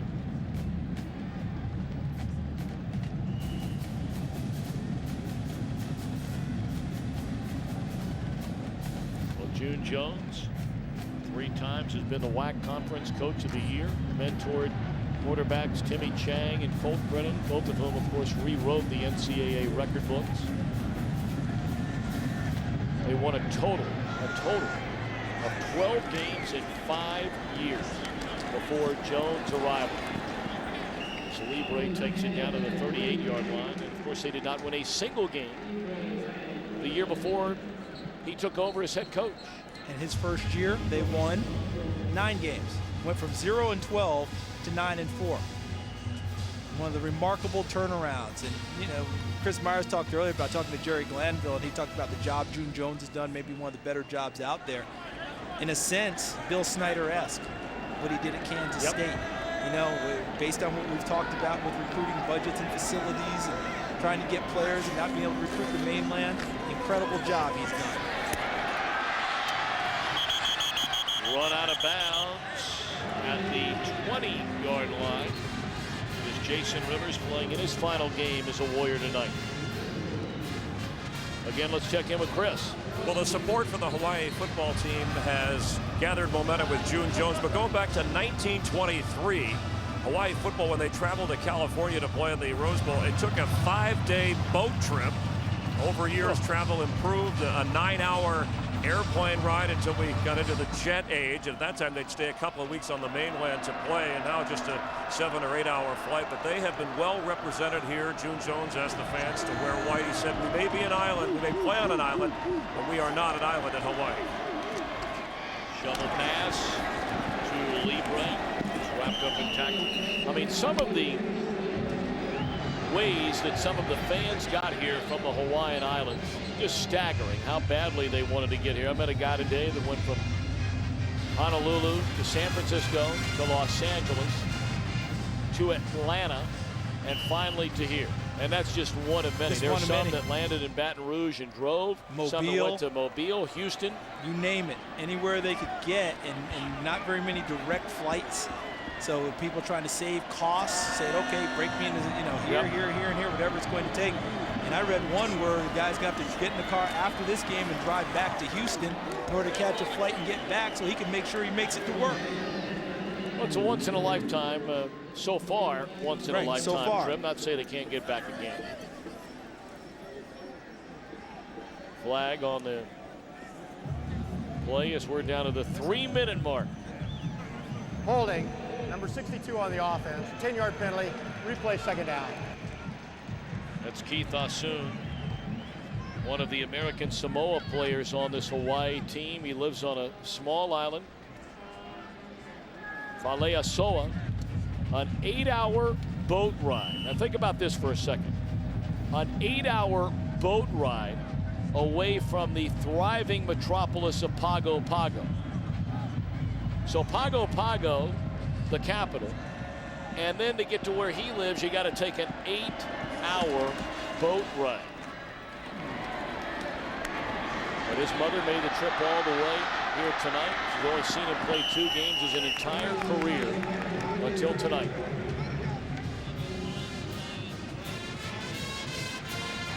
Well, some of the amazing pictures you've seen tonight provided by the DLP Amazing Picture Cam. DLP is the official HD TV of the BCS on Fox. It's amazing. It's the mirrors.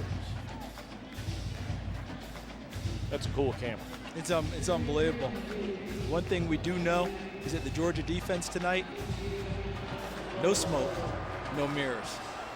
Just pure effort, execution, terrific game plan. And they were absolutely phenomenal tonight against the most high-powered offense in the country coming into the game. Pump fake one way, down the middle the other way, and just out of the reach of Devon Betts. So 4th down, and Hawaii will go for it. No quitting these guys. They're still pitching. Same guys out there trying to make it happen, to put the numbers on the board. Didn't come all this way for nothing, did they? Didn't come this way to say, okay, it's been fun, we're at it. No, not at all. I'd like to see that DLP camera on Uga. Are you sure? I would. I would. You're a dog lover. I'm a dog lover. Let's get a look at the cool camera on Uga. At last check, he was cooling down that boiler.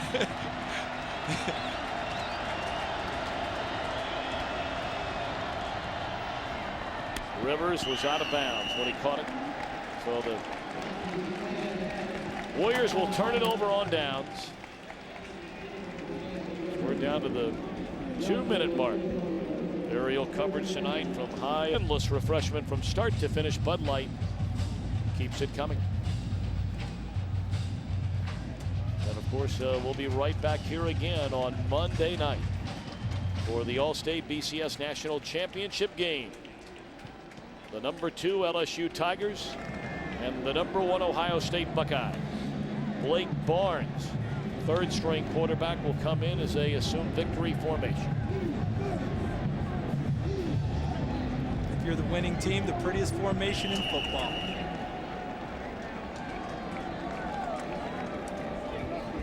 All right, Mr. Davis, let's take a peek ahead to what's coming up next. It'll be the DirecTV postgame show. Chris Rose, Jimmy Johnson, Fran Tarkington have the All-State Sugar Bowl trophy presentation, and the most outstanding player will be announced.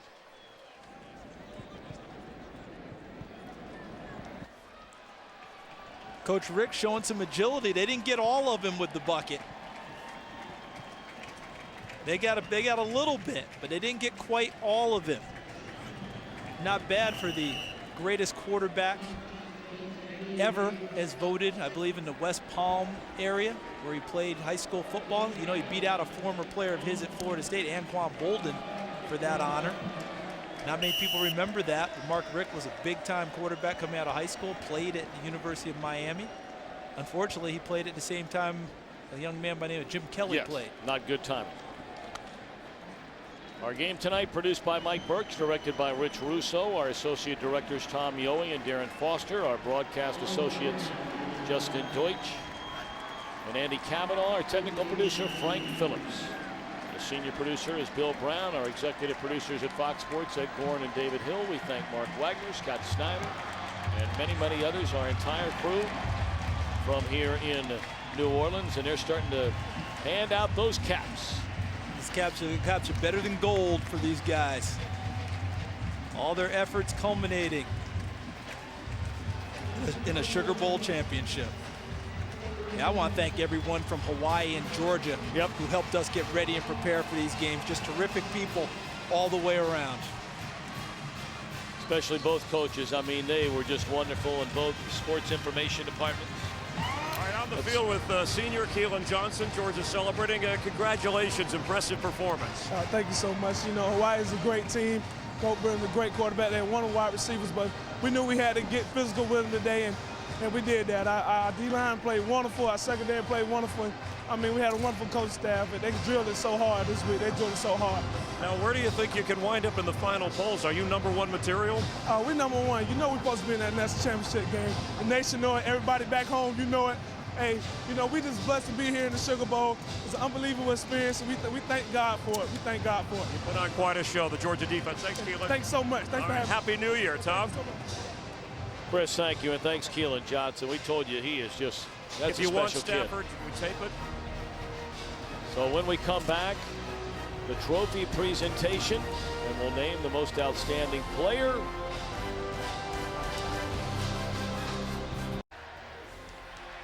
Well, we're back at the All-State Sugar Bowl in New Orleans, and a victory hug and kiss, husband and wife.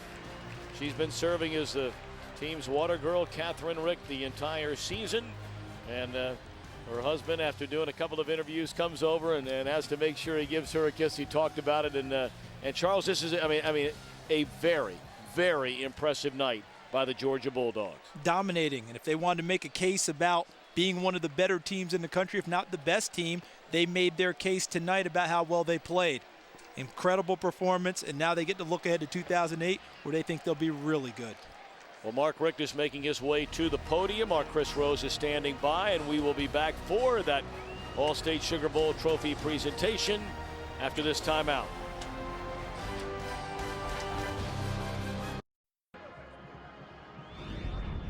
Welcome back to the DirecTV postgame show on Fox.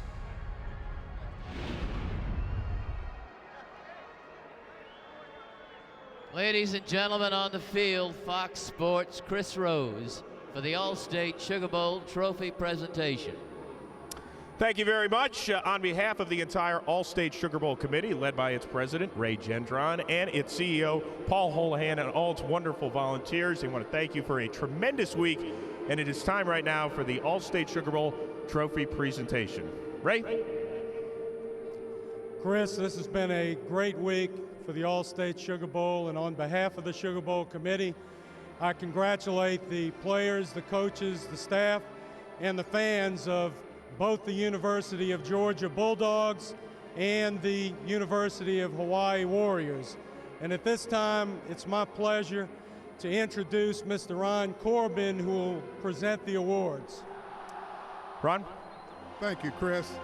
Coach Rich, on behalf of All-State, our 70,000 employees and agents, we'd like to congratulate you and the University of Georgia football team for an outstanding performance. And we'd like to present you with the 2008 All-State Sugar Bowl trophy.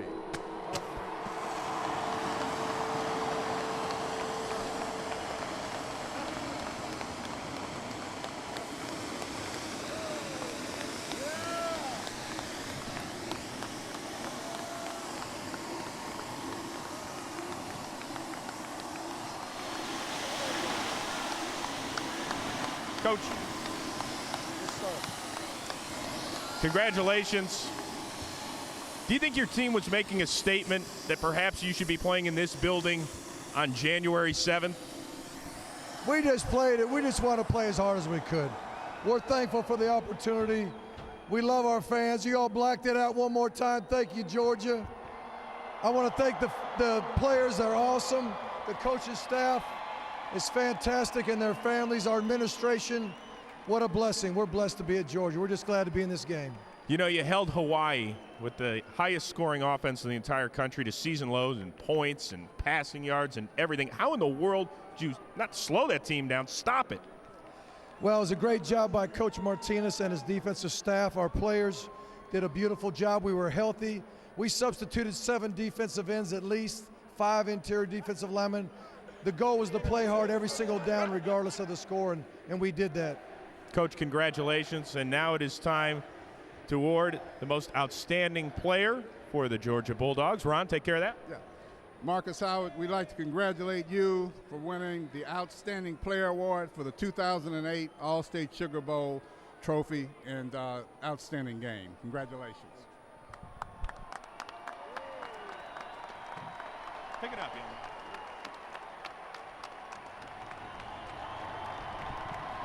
Marcus, you are the first defensive player to win this award in almost 30 years. You'd heard all week about the Hawaii offense. Is that what motivated you guys to put on that performance tonight?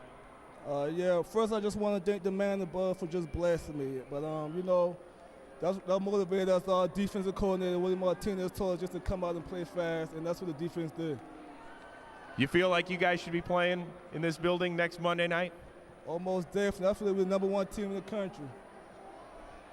Well, a job well done. Marcus Howard, Georgia Bulldogs, congratulations. They are your 2008 All-State Sugar Bowl champions. Tom Brenneman, take it away. Chris Rose, thank you very much. Congratulations to the native South Carolinian Marcus Howard. First year as a starter, and you cap it off by winning the most outstanding player at the All-State Sugar Bowl. That's pretty good.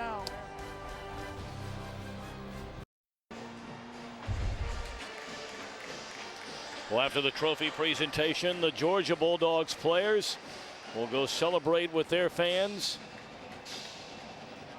It was such a rabid following of football for both of these schools.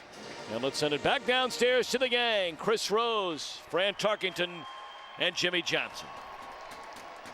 All right, Tommy, thank you very much. I don't know what to say. I mean, this was as impressive as you could ever see, I think. Well, Chris, we talked about it at the top of the show, how Hawaii was probably overmatched with Georgia. And Georgia just had such a dominating defense, a BCS record, 6 takeaways, 8 sacks, and they just completely shut down the Hawaii offense. You can have a run and shoot.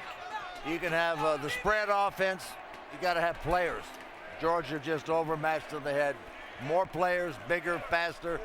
A total mismatch. And they also have a victory, 41-10, the final over Hawaii. Jimmy, we're getting on that Marquis Jet. We are Marquis off to Jet, I'm ready to roll right now. Huh? Let's go. Let's get it all go. revved up. Let's head to Arizona. So tomorrow night, we will see you out from Glendale, Arizona with West Virginia and Oklahoma. Fran Tarkenton, thank you very much. Congratulations on the Georgia win. Appreciate it, Fran. Back to Tom Brenneman. Chris, thank you. We'll look forward to seeing you guys after your trips to Phoenix, to Miami, and then we will reconvene right back here at the Superdome Monday night for the BCS All-State National Championship game. Tonight belongs to the Bulldogs. Glad to be here and to be alive.